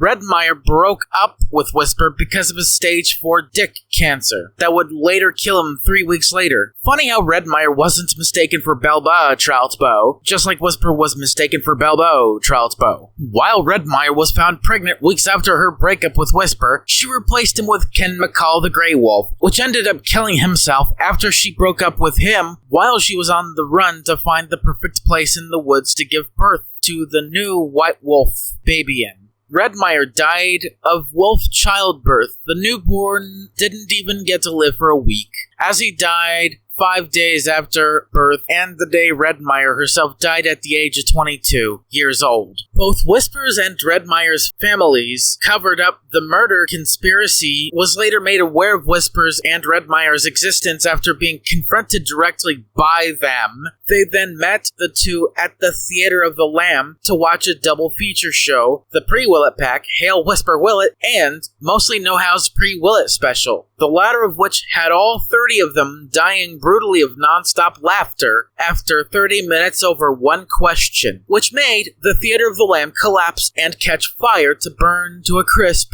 after 32 years of existence. But not before Whisper, Red Meyer, and the movie theater projectionist made a run for it to save their lives. All end up dying afterwards anyway. Mostly Know How and the projectionist committed suicide together and kept their death age anonymous even to this day. Now let's recap the second audiobook. Red Bow, Jennifer, and Bruce drove all the way from their home state in Pennsylvania all the way up to the outskirts of Small Heights, Michigan to find the plot of land where the Theater of the Lamb once resided by and burnt down in 1995. They heard the 30 ghosts' outburst of laughter, scaring the shit out of all of them. Jennifer quietly bitches to herself and warns Redbow of the spooky ramifications it has to potential future customers. Redbow dismisses Jennifer's solemn warning. They removed the remaining 15 decomposing corpses and their bones out to the lake, 150 feet away from where the old bar was. They then went back to build up a new bar after some time of sleep,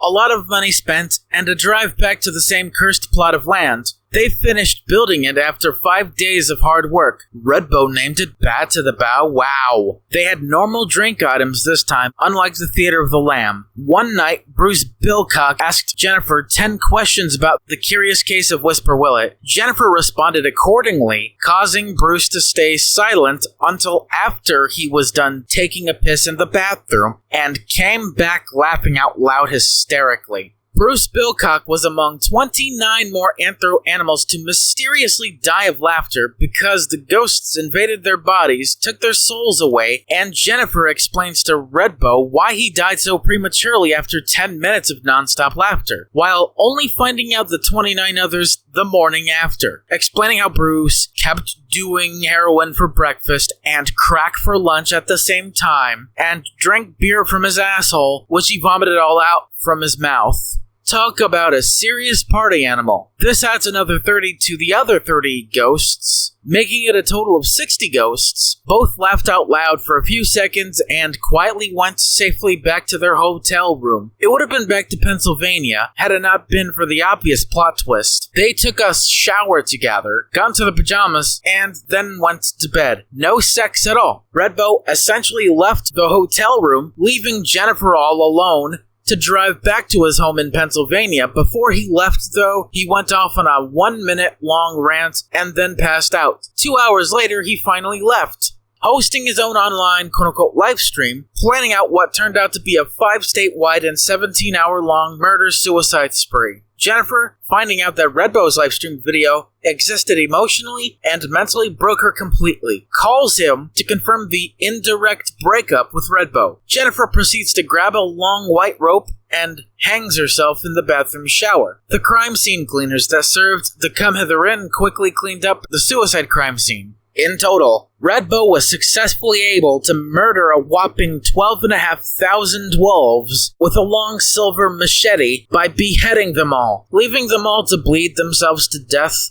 that way, while other family members nearby either screamed their heads off or killed themselves altogether. The death toll outside of the wolves he killed was 100,000, all of which were suicides by either hanging, gunshot to the head, snapping their head clean off their shoulders, or falling off a dangerous high and landing on their feet gushing out with blood and bone. 12,500 of these wolves used to have 7 other family members each, making it 8 by accounting for them too. Red Bow later confesses to his family after 17 straight hours of brutal killing and watching other wolves commit suicide that happened as a result of his murders. Red Bow gradually begins to argue with his parents, Charles and Annabelle. In turn, Charles and Annabelle began to argue with each other a little bit. Things escalated to the point where Red Bow emotionally blew up and he proceeded to shoot down his entire family and then himself with his machine gun. All the while, when Red Bow was doing all of that, Brian Beagle Blood, the Anthro-Canine police officer, kept tabs on him secretly. After Red Bow did what he did, not just to the 12,500 he killed, and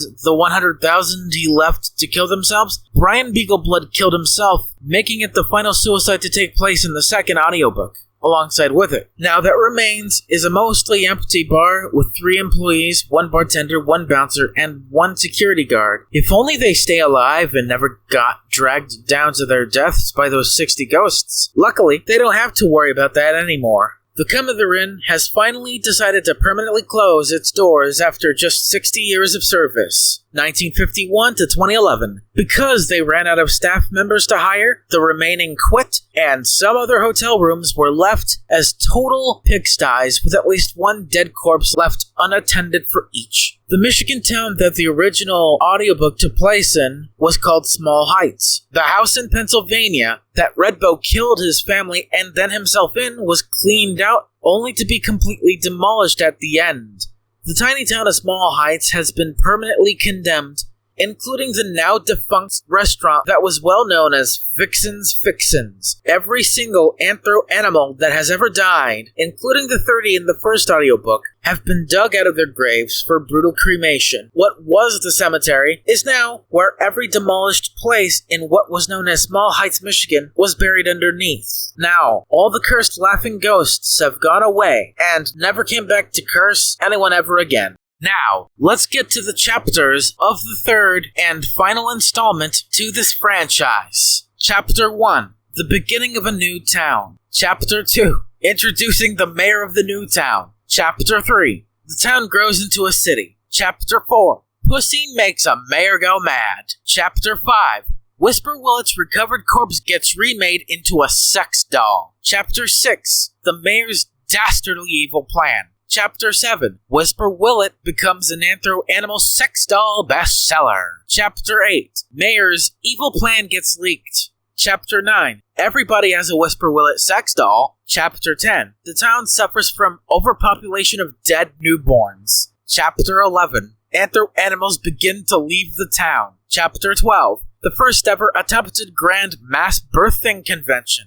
Chapter 13, All their newborns die immediately. Chapter 14, The former mayors inspired by Red Bow Frankfort the Black Wolf. Chapter 15, The complete worldwide wolf genocide begins in North America. Chapter 16, It continues in Central and South America. Chapter 17, Europe, Africa, and Asia. Chapter 18, It completes its worldwide journey in Australia. Chapter 19, The Last Wolf on Earth dies. The corpse of Whisper Whillet finally fully decomposes.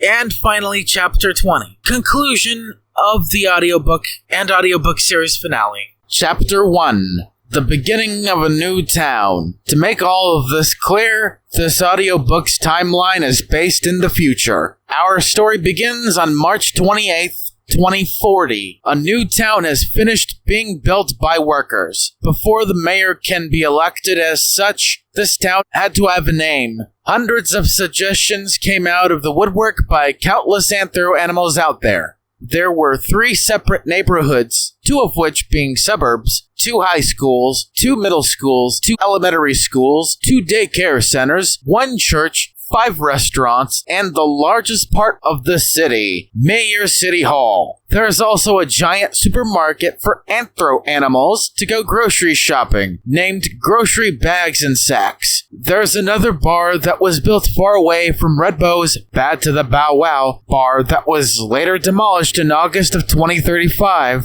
due to infrastructural problems. 5 weeks after it was complete, they actually agreed upon with the name of the newly built town, and afterwards, they decided who was going to be the first mayor. The new town is called White Cox Gulp in the state of Iowa, and the first mayor's name is William Whisper Whillet II, born on December 25th, 2020 in Jefferson City, Missouri. Whisper Whillet II was raised in a somewhat abusive anthro-wolf family. He had his abusive mother, Flake Whillet, his subordinate father, Zenith or Zenny Whillet, his other nickname was Peanut Butt, and his 2 mentally retarded siblings, nicknamed Red and Yellow Whillet.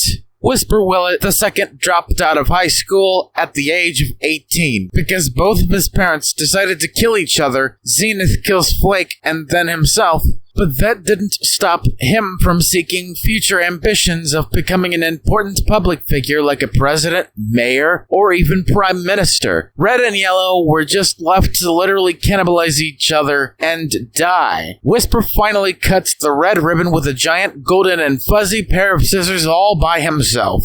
Anthro-animals had yet to populate the city at all. Chapter 2. Introducing the mayor of the new town. Now, the mayor is introduced as William Whisper Whillet II, as I introduced before. All of the following happened within the month of April of 2040. The first bunch that arrived here to live were 500 anthro-animals, 100 anthro-foxes, 100 anthro-wolves, 100 anthro-dogs, 100 anthro-cats, and finally 100 anthro-horses. All the anthro-horses are females, by the way. The second bunch came a week later. There were now 10,000 anthro-animals, all of them being 9,500 anthro-wolves, all of which being females, just like all the anthro-horses that came here before, and every other anthro-animal is female as well. Nothing much happened here. The anthro people were waiting to see who the mayor is and what he looks like. Nobody else came. There were now just 10,000 citizens of White Cox Gulp, Iowa. Whisper Whillet II introduces the 10,000 citizens to the town and himself as mayor in his speech. Welcome, ladies. Welcome to White Cox Gulp, Iowa, home of the soon-to-be new iconic family-making invention. I won't introduce it to you until you know what you've got. Feel free and comfortable to find a house you want to live and move into. I'm not stopping you. There's a church, a supermarket, 2 high schools, 2 middle schools, 2 elementary schools, 2 daycare centers, and a bunch of other great things about this town. The crowd of all anthro-animals cheered with joy, moved into their respective homes, and so on and so forth. Chapter 3. The town grows into a city. Not much was going on in the second half of the month of April of 2040. But wait, there's more. Anthro-animals, where they came from. 100,000 more to be precise. 20,000 more anthro-foxes, 20,000 more anthro-wolves, 20,000 anthro-pigs, 20,000 anthro-donkeys, 20,000 more anthro-dogs, and all of these now 110,000 anthro-animal citizens of White Cox Gulp, Iowa, has been hungry for a mate, semen, and most importantly, a partner. The mayor is just trying to come up with a way to satisfy the urges of all his city's citizens. Somehow, the mayor did exactly that, came up with the perfect idea.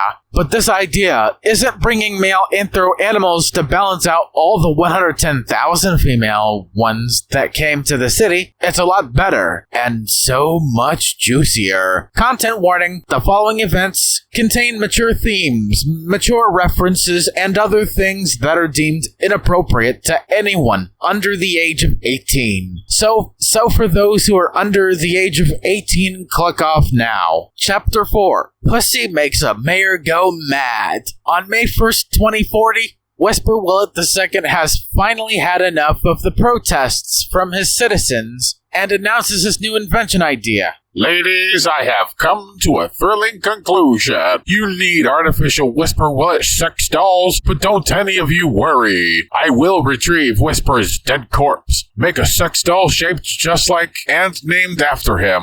The ladies went wild with orgasmic glee as the mayor went to go all the way to Michigan. Whisper Whillet II leaves his town for the night and early morning of May 1st to the 2nd of 2040. The ladies went back to their homes to get some shut-eye. Whisper Whillet II arrives to what remained of the now non-existent town of Small Heights, Michigan. He finds Whisper's perpetually, undecomposably, eternal dead corpse in the middle of the road, belly up. The corpse's penis length has reduced significantly and magically to 6 inches long, and a scrotum being slap-happily massive. It was at 4 a.m. when Whisper Whillet II gained a massive erection as he got into the 69 position where his cock is in the eternal corpse's mouth and the corpse's cock is in his mouth. This first sex session only lasts for 15 minutes. It ends in a giant explosion of ejaculate in both the corpses and his mouth. After he was done fucking the corpse, all the sperm that was there immediately disappeared and was clean again. Surprised and astonished by this, Whisper Whillet II grabs the corpse, picks it up, puts it in the front passenger seat of his red truck, and buckles him in. Takes 7.5 long hours to get from Michigan all the way back to White Cock's Gulp, Iowa. The females were asleep without a male partner. A day later, this is what the mayor does. Chapter 5. Whisper Whillet's recovered corpse gets remade into a sex doll. On May 3rd, 2040, the mayor closes all doors and windows to his town hall that he calls home. In the mayor's secret silicone lab underneath the city town hall, Whisper Whillet II made a master copy of the miraculously still intact and untouchably eternal quote-unquote dead corpse of the original Whisper Whillet, hired 30 other anthro animals to wire him up, programmed to hump, fuck, and come, and then finally introduce him with clothes on within a week. The Whisper Whillet sex doll finally came out, while the dead corpse, or supposedly dead corpse, himself, was the mayor's perpetual sex partner. On May 10th, 2040, the mayor officially announces his product being on sale for all to buy and hoists up Whisper Whillet's old but eternal dead corpse as the statue surrounded by the roundabout road. Not a shred of decomposition can ever be seen on the outside, nor smelt inside of him from his mouth down to his asshole. This entire ceremony took place at around 9:30 a.m. The new Whisper Whillet sex doll has a shit ton of interesting details about him. Folks, you want me to tell you all about him? You do? Sure, can do. Number 1, he has nice, smooth, and long black hair. He was about 6'3" and has sapphire blue eyes. He has moderately ripped abs and muscular arms and legs. Not to mention, his ass is juicy and thick as fuck. He has a soft and smooth 30-inch white furry tail. He has a rubbery latex 6.5-inch long penis with a smooth pink scrotum. He came with a whole lifetime supply of all these packets of synthetic semen for all species, a charger in case his battery needs charging, and water tablets so you don't have to give him literal water. He came at a very cheap price from the very start. He talks just like Whisper Whillet when he was alive.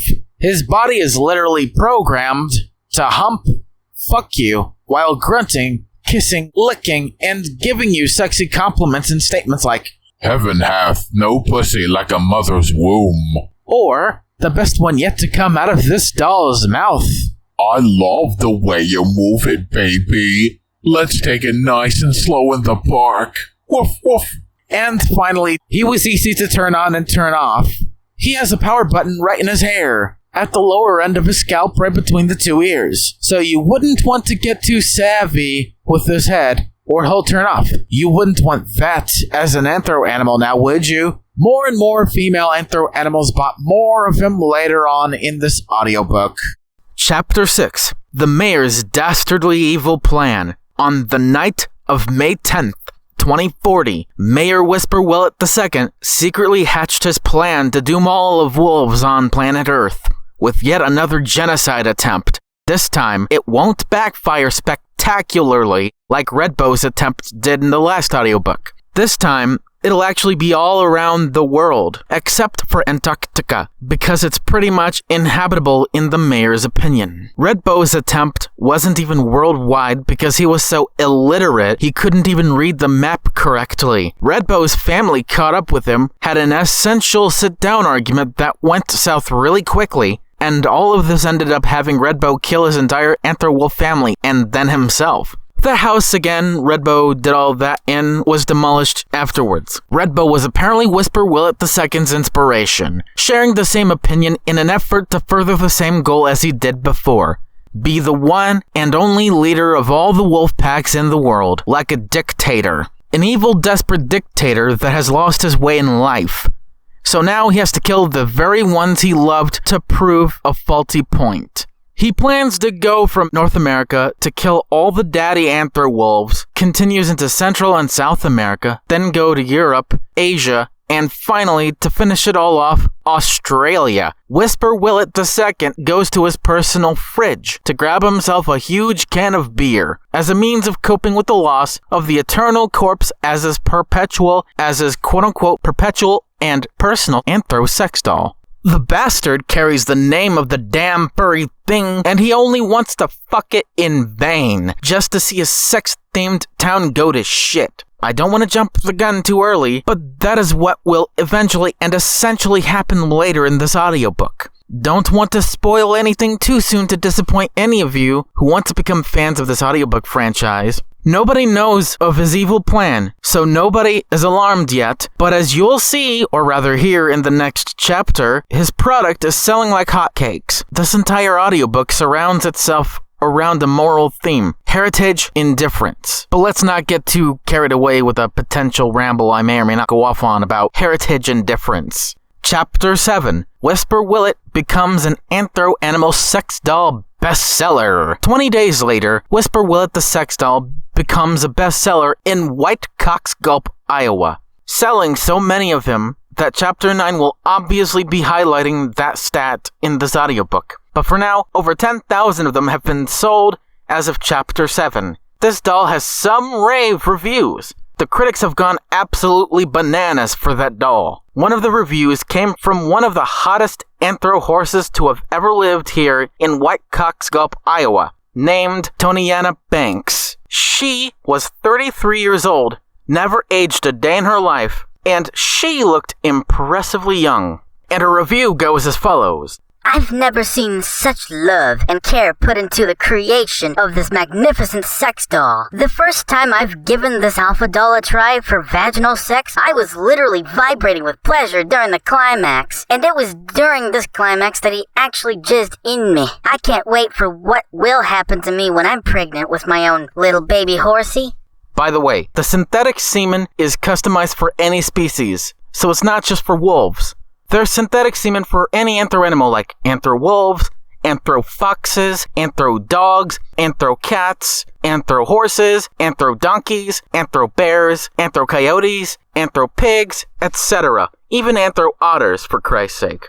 Anthro wolves awooed, foxes screamed with orgasmic glee, dogs howled and barked with joy, anthro cats meowed loudly with pride, anthro horses neighed like it was nobody's business. Anthro donkeys screamed like there was no tomorrow, but in complete pleasure and happiness, not torture. Anthro bears roared with sorority. Anthro coyotes giggled with ticklish pussies. And anthro pigs squealed like they were about to be their lover's dinner whore. Crazy, isn't it? Imagine a sex doll that can actually be able to reproduce an anthro child inside you and help you go through the entire process of pregnancy, all the way up to birth. But the mayor's plan won't be kept secret forever. Chapter 8. Mayor's evil plan gets leaked. On May 30th, 2040, Mayor Whisper Whillet II's dastardly plan gets leaked by an anthro wolf named Redmire Rustingham Riots II, a female red wolf named right after Whisper's short-lived love interest/girlfriend. She was born on April 11th, 2023 in Dallas, Texas. All by herself this time, unlike the original Redmire. She leaks it by trying to tell everybody about the mayor's evil plan, but nobody listened to her. They would always dismiss her as a kooky conspiracy theorist. Redmire II isn't suicidal or anything, but she feels like she's lost her faith in all of wolf kind, let alone anthro kind. These anthro animals later acknowledge the mayor's evil plan, but they all told her, as long as they all have a Whisper Whillet sex doll, then they'll leave the city behind. Then they'll leave this city behind. It seems like they know that all of this will eventually happen, but they didn't care. Months went by, and all these anthro animals have become pregnant. These anthro animal citizens have no intention of leaving long before they try to give birth to their respective offspring. The mayor tracks Redmire Riots II down and begins to talk to her about how she was able to eavesdrop him in his own private conversation. Whisper Whillet II says, Redmire Riots II, how dare you eavesdrop on my private conversation? I thought I had every one of these words all to myself, but apparently not, because you are really good at what you do. Redmire Riots II responds with, I wanted the entire population to know what you had in store for them, including me. But apparently, they already knew that. So either your conversation wasn't all to yourself, or they knew somehow that this would happen, because there wouldn't be a city with only female citizens for no reason. With Whisper replying, Why should they care? They don't, and they know it. You're right, Redmire II. She responds back with, I know I am. Can you please just leave me alone? He responds to her question with, Sure can do, as long as you can keep true to my new promise, never leak anything else ever again. And she replied with, Yes, I promise to you that I can keep myself out of trouble. And then he, before she leaves, tells her this. Okay, you're dismissed. Chapter 9. Everybody has a Whisper Whillet sex doll. On November 11th, 2040, 110,000 Whisper Whillet sex dolls were sold citywide.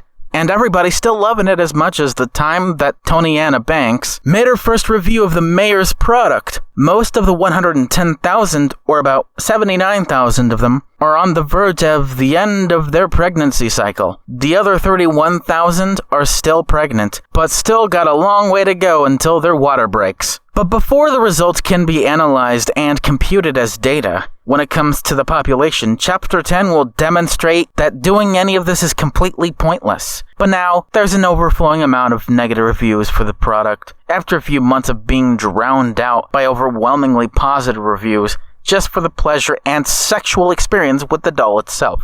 The first out of many negative reviews came from an anthro cat named Mary Ballspur, spelled Ballspur, a Siamese anthro cat, and her review is the following.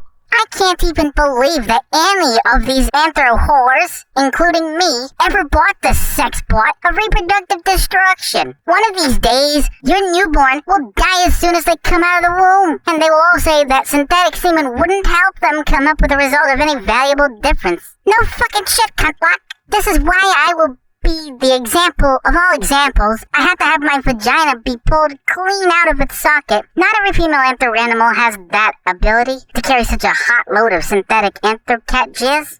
It feels like a piece of plastic melted inside you for nothing. For anyone who bought this, no refund will ever be enough to demonstrate how fucking retarded you all are for taking the ride without having to pay a proverbial dime to show for it. Another negative review came, but it's a brief one, from a female German Shepherd anthro dog named Bella Ottoburger, spelt Ottoburger. This is the worst experience I pretended I'd never had in my life. It's never sold beyond me and my guilty pleasures. These reviews were such bad news for the mayor himself, but before he had all the time he needed to complain to the citizens and apologize, they started giving birth. and all their experiences are anything but meaningful, as you will see or rather hear now in Chapter 10. Chapter 10.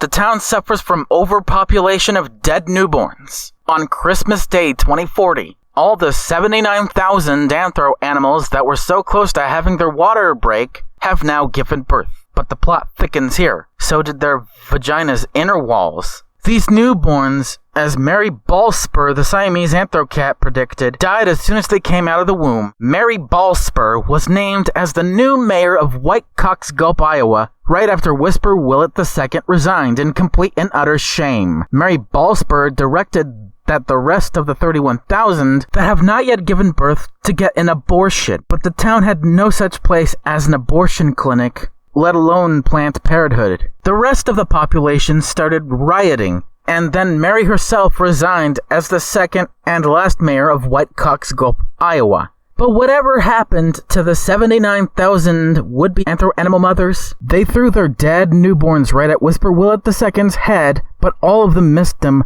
by a long distance, by a long shot. Mary Ballspur had her fair share of some dead newborns hitting her either upside her head, on her back, on her ass, and even one of them bounced off and hit her right in her fat Siamese fucking face. All of these 110,000 decided to wait for a better time to leave the city, but they just couldn't leave at a better time at the moment. It was during a massive snowstorm that put the city out of power for a couple of hours, until the power restoring company came back to restore power throughout the entire city. In Chapter 11, I'll tell you when they decided to leave the city empty and for good. Chapter 11. Anthro animals begin to leave the town. On January 31st, 2041, all the 110,000 anthro animals decided to leave White Cox Gulp, Iowa for good. All of these anthro animals went back to their respective habitats and environments. Anther wolves, foxes, and coyotes went back to the forest to live normal lives. Anthro horses, including Toniana Banks, donkeys, and pigs, went back to living in the barn houses they lived in before. Anthro cats, including Mary Ballspur, dogs, including Bella Ottoberger, and bears went back to the furry suburbs, far, far away from White Cox Gulp, Iowa. The 31,000 of them that were still pregnant successfully and safely got their abortions. All of these 110,000 found male partners of their own. They all had sex with them, and months later got pregnant again, but with real anthro semen from their respective partners of their respective species. Within just 8 months, they all were on the verge of breaking their water. Meanwhile, in White Cox Gulp, Iowa, Redmeyer II finds herself brutally raped and murdered by former Mayor Whisper Whillet II. The town was set ablaze by the former mayor, but before the town was left to burn down to the ground, the firefighters came right on time to save 95% of the empty city. Only 5% of it burned down. Whisper Whillet II escapes from White Cox Gulp, Iowa. Finally, the firefighters were the last ones to leave the town, and now the population of the city is 0. Chapter 12. The first ever attempted Grand Mass Birthing Convention. A few months later, on April 30th, 2041, all these female anthro animals attempt to hold the first ever Mass Birthing Convention, a convention where every single one of them gives birth in front of one another. This convention took place in the middle of the woods, somewhere in Illinois. The host of the convention was Bella Ottoberger herself, alongside with her co-host, Mary Ballspur. She begins the ceremony with her speech. Bella? Welcome to the first ever mass birthing convention called The Redemption of Whisper Whillet Christ. It's strange how they call Whisper their new Jesus. Mary. And I am her co-host, Mary Meowthrin Ballspur, the Siamese anthrocat. Bella? Be sure to give yourself some social distancing where you are standing 12 inches apart and 14 inches across. Mary. This lot of land will fit all of you and your birthing process. To commence the very special edition of the birthing process, for the first time ever, mind you, while they're grunting, Bella and Mary gave them instructions to commence in a sacred chant they just made up on the fly and on the spot. Bella begins the chant. Moomy hi, ai, yai, oompy moopy mow die. Mary. Moomy hi, ai, Hi, oopie moopie mow die. And then the audience of pregnant female anthro animals repeat their chant. Moomy hi, oopie moopie mow die. We will, but please wish all of us good luck. Yay! And the next chapter will immediately tell you, in summary, what happened right after. Chapter 13. All their newborns die immediately. Well, tragedy struck in the most convenient way and time imaginable. After 3.5 hours, 110,000 anther women gave birth to all the newborns that came out. But just like last time, as soon as they came out of their vaginas, the newborns died immediately. They all started crying. Then their vaginas started bleeding profusely, just like how Redmire died at the end of the first audiobook of this franchise. After 2 hours of non-stop crying and bleeding out of their pussies, all of these 110,000 Danther women died themselves. Mary and Bella, right before they all gave birth, ran as far away from the convention as possible for fear that they might actually be traumatized. They heard crying, but not too loudly enough. After an hour since these 110,000 Danther women died, they shared a double-barrel shotgun. Mary held the gun upwards, while Bella gave it fellatio as she pulled the trigger, and then Mary pulled the trigger last. 2 shots, 2 lives. All for the sake of 1 gun. The death toll of this third and last installment of the first ever audiobook franchise I ever made is now 299,003. But trust me, it will get 1,000,000 times worse as the audiobook grows closer to the end of it all. Now, the whole plot of land where the convention took place for the first and last time, a river of blood, shit, and dead corpses of anther women and their newborn fetuses that died immediately after birth, flooded over into other woods and forests and made an incoming highway a living hell to cross without blood and guts and shit splashing all over their cars as each car passed by. But a helicopter hovered over the entire river of blood, overflowing to more of the woods in Illinois, and in that helicopter, Whisper Whillet II and his inspiration regains fuel and energy for his speech that absolutely nobody will hear or care to see him do. And that will do it for the 13th. Chapter 14. The former mayor's inspired by Red Bow Frankfort the Black Wolf.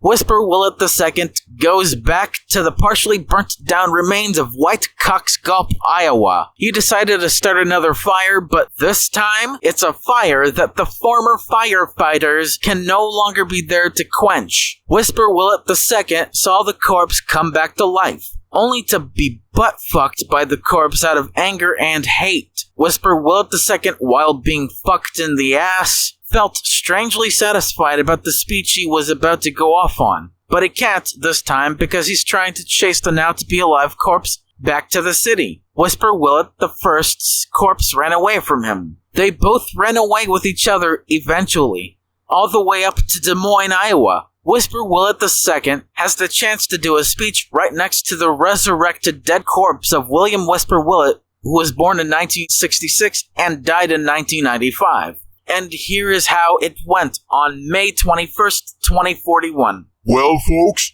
it's time for all of you wolves to say your final goodbye to your fathers, for I, William Whisper Whillet II, the former mayor of White Cock's Gulp, Iowa, has a plan. I have an amazing dream that if it all comes true, I can be the ultimate leader of all the packs of the world. No longer will ya suffer from no proper attention from those deadbeat wolves of yours, for I will be your Jesus Christ, I'll be your Savior, I'll be your God, and I will rule the world.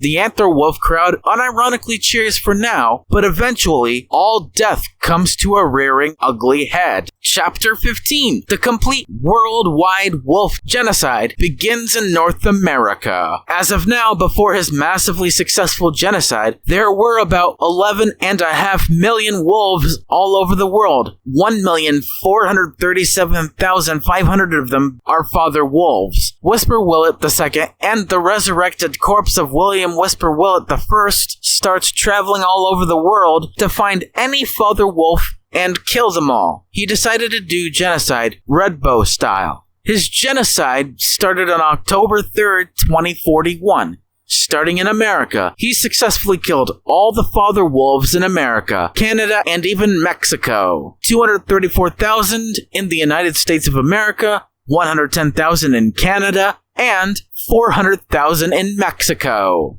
Overall, so far now, he murdered 744,000 father wolves. But as a result, 4,500,000 other wolves committed suicide. Now the genocide death toll is 5,244,000 anthro wolves. Now the total death toll of this audiobook is 5,523,003 anthro animals. And it'll only get worse as we progress from chapter 16 to 19. And conclude this audiobook in chapter 20. Chapter 16. It continues in Central and South America. The genocide continues into Central America, killing another 987,637 wolves. 146,246 of them being father wolves. 162 in Belize. On October 9th, 2041, it continues well into South America. 100,000 in Brazil, 10,000 in Colombia, 500 in Peru, 4,000 in Chile, 15,000 in Argentina, and 123,000 for the rest of South America.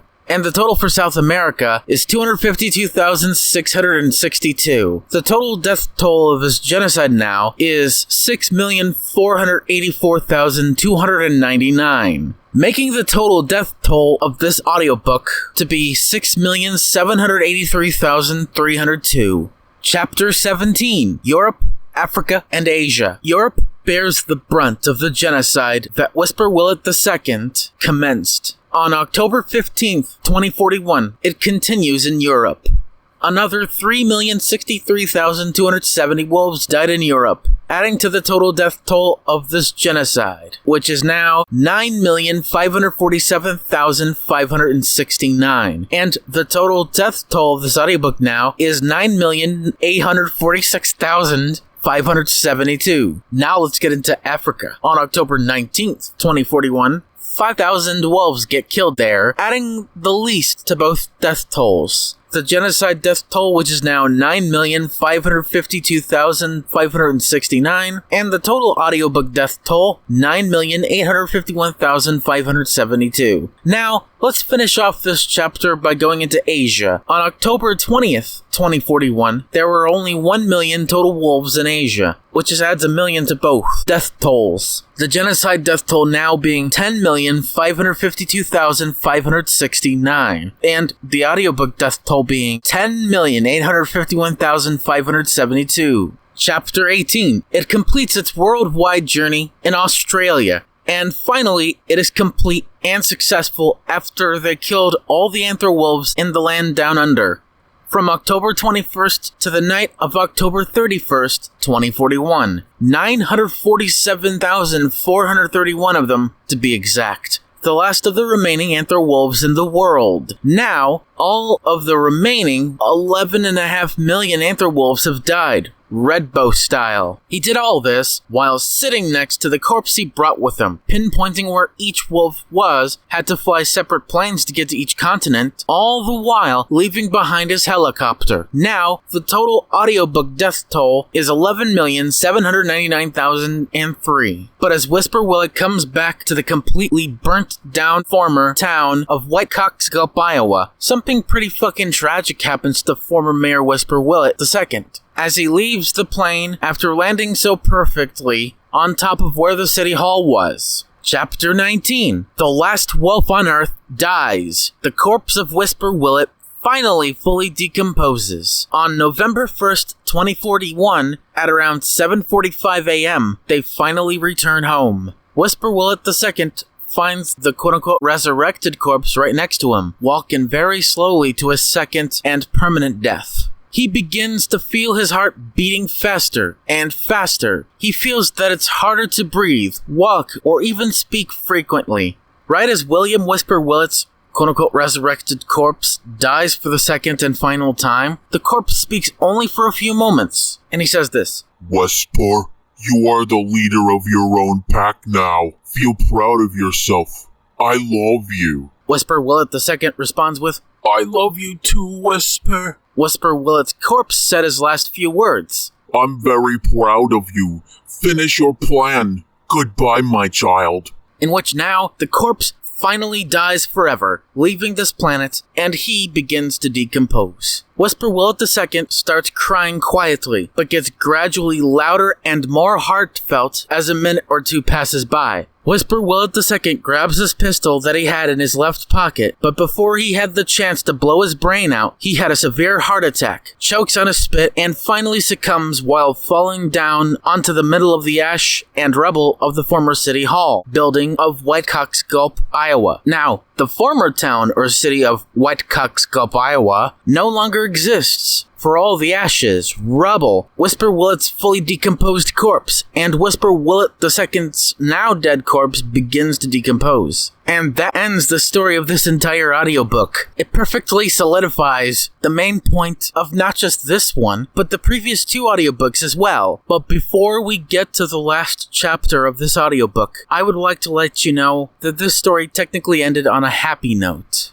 Even if Whisper Whillet II accomplished what he wanted to accomplish, that still means that Red Bow is spinning and laughing in his grave, all the way back to Pennsylvania. Chapter 20. Conclusion of audiobook and audiobook series finale. Now, let's count all the deaths in this audiobook, count all the deaths within all these three audiobooks, and give you a few final updates before I end this audiobook franchise. Let's count up all the deaths in this audiobook.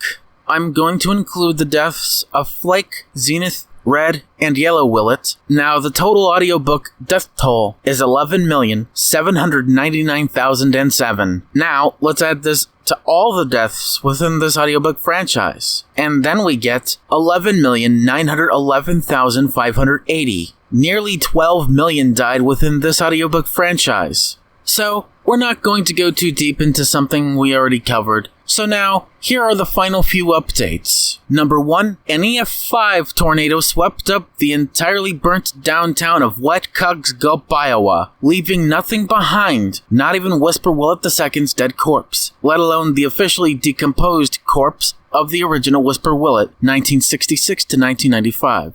Number 2, world officials, as of 2041, consider the anther wolf or wolf of all breeds in their eyes as a then-to-be-extinct species. No effort to reproduce and make more wolves ever materialized. Number 3, because of Whisper Whillet II's entire genocidal stunt, nobody can ever hear a wolf's howl when there is a full moon at night ever again. Number 4, a worldwide vigil has been held to mourn the death of all the wolves that ever existed in the name of Whisper Whillet, rendering his death in vain. And number 5, all the blood that spilled over into another forest in Illinois has fully dried up and coagulated, leaving nothing more than a big brown bump in the middle of the highway in between the two forests. The main life lesson of this entire audiobook franchise before I end it is the entire concept or idea of being the leader of your own pack or the pack in general is just a fantasy. It's not worth rendering an entire species extinct because you can't be the leader. And that's it. That's all, folks. I'm done. It's all over.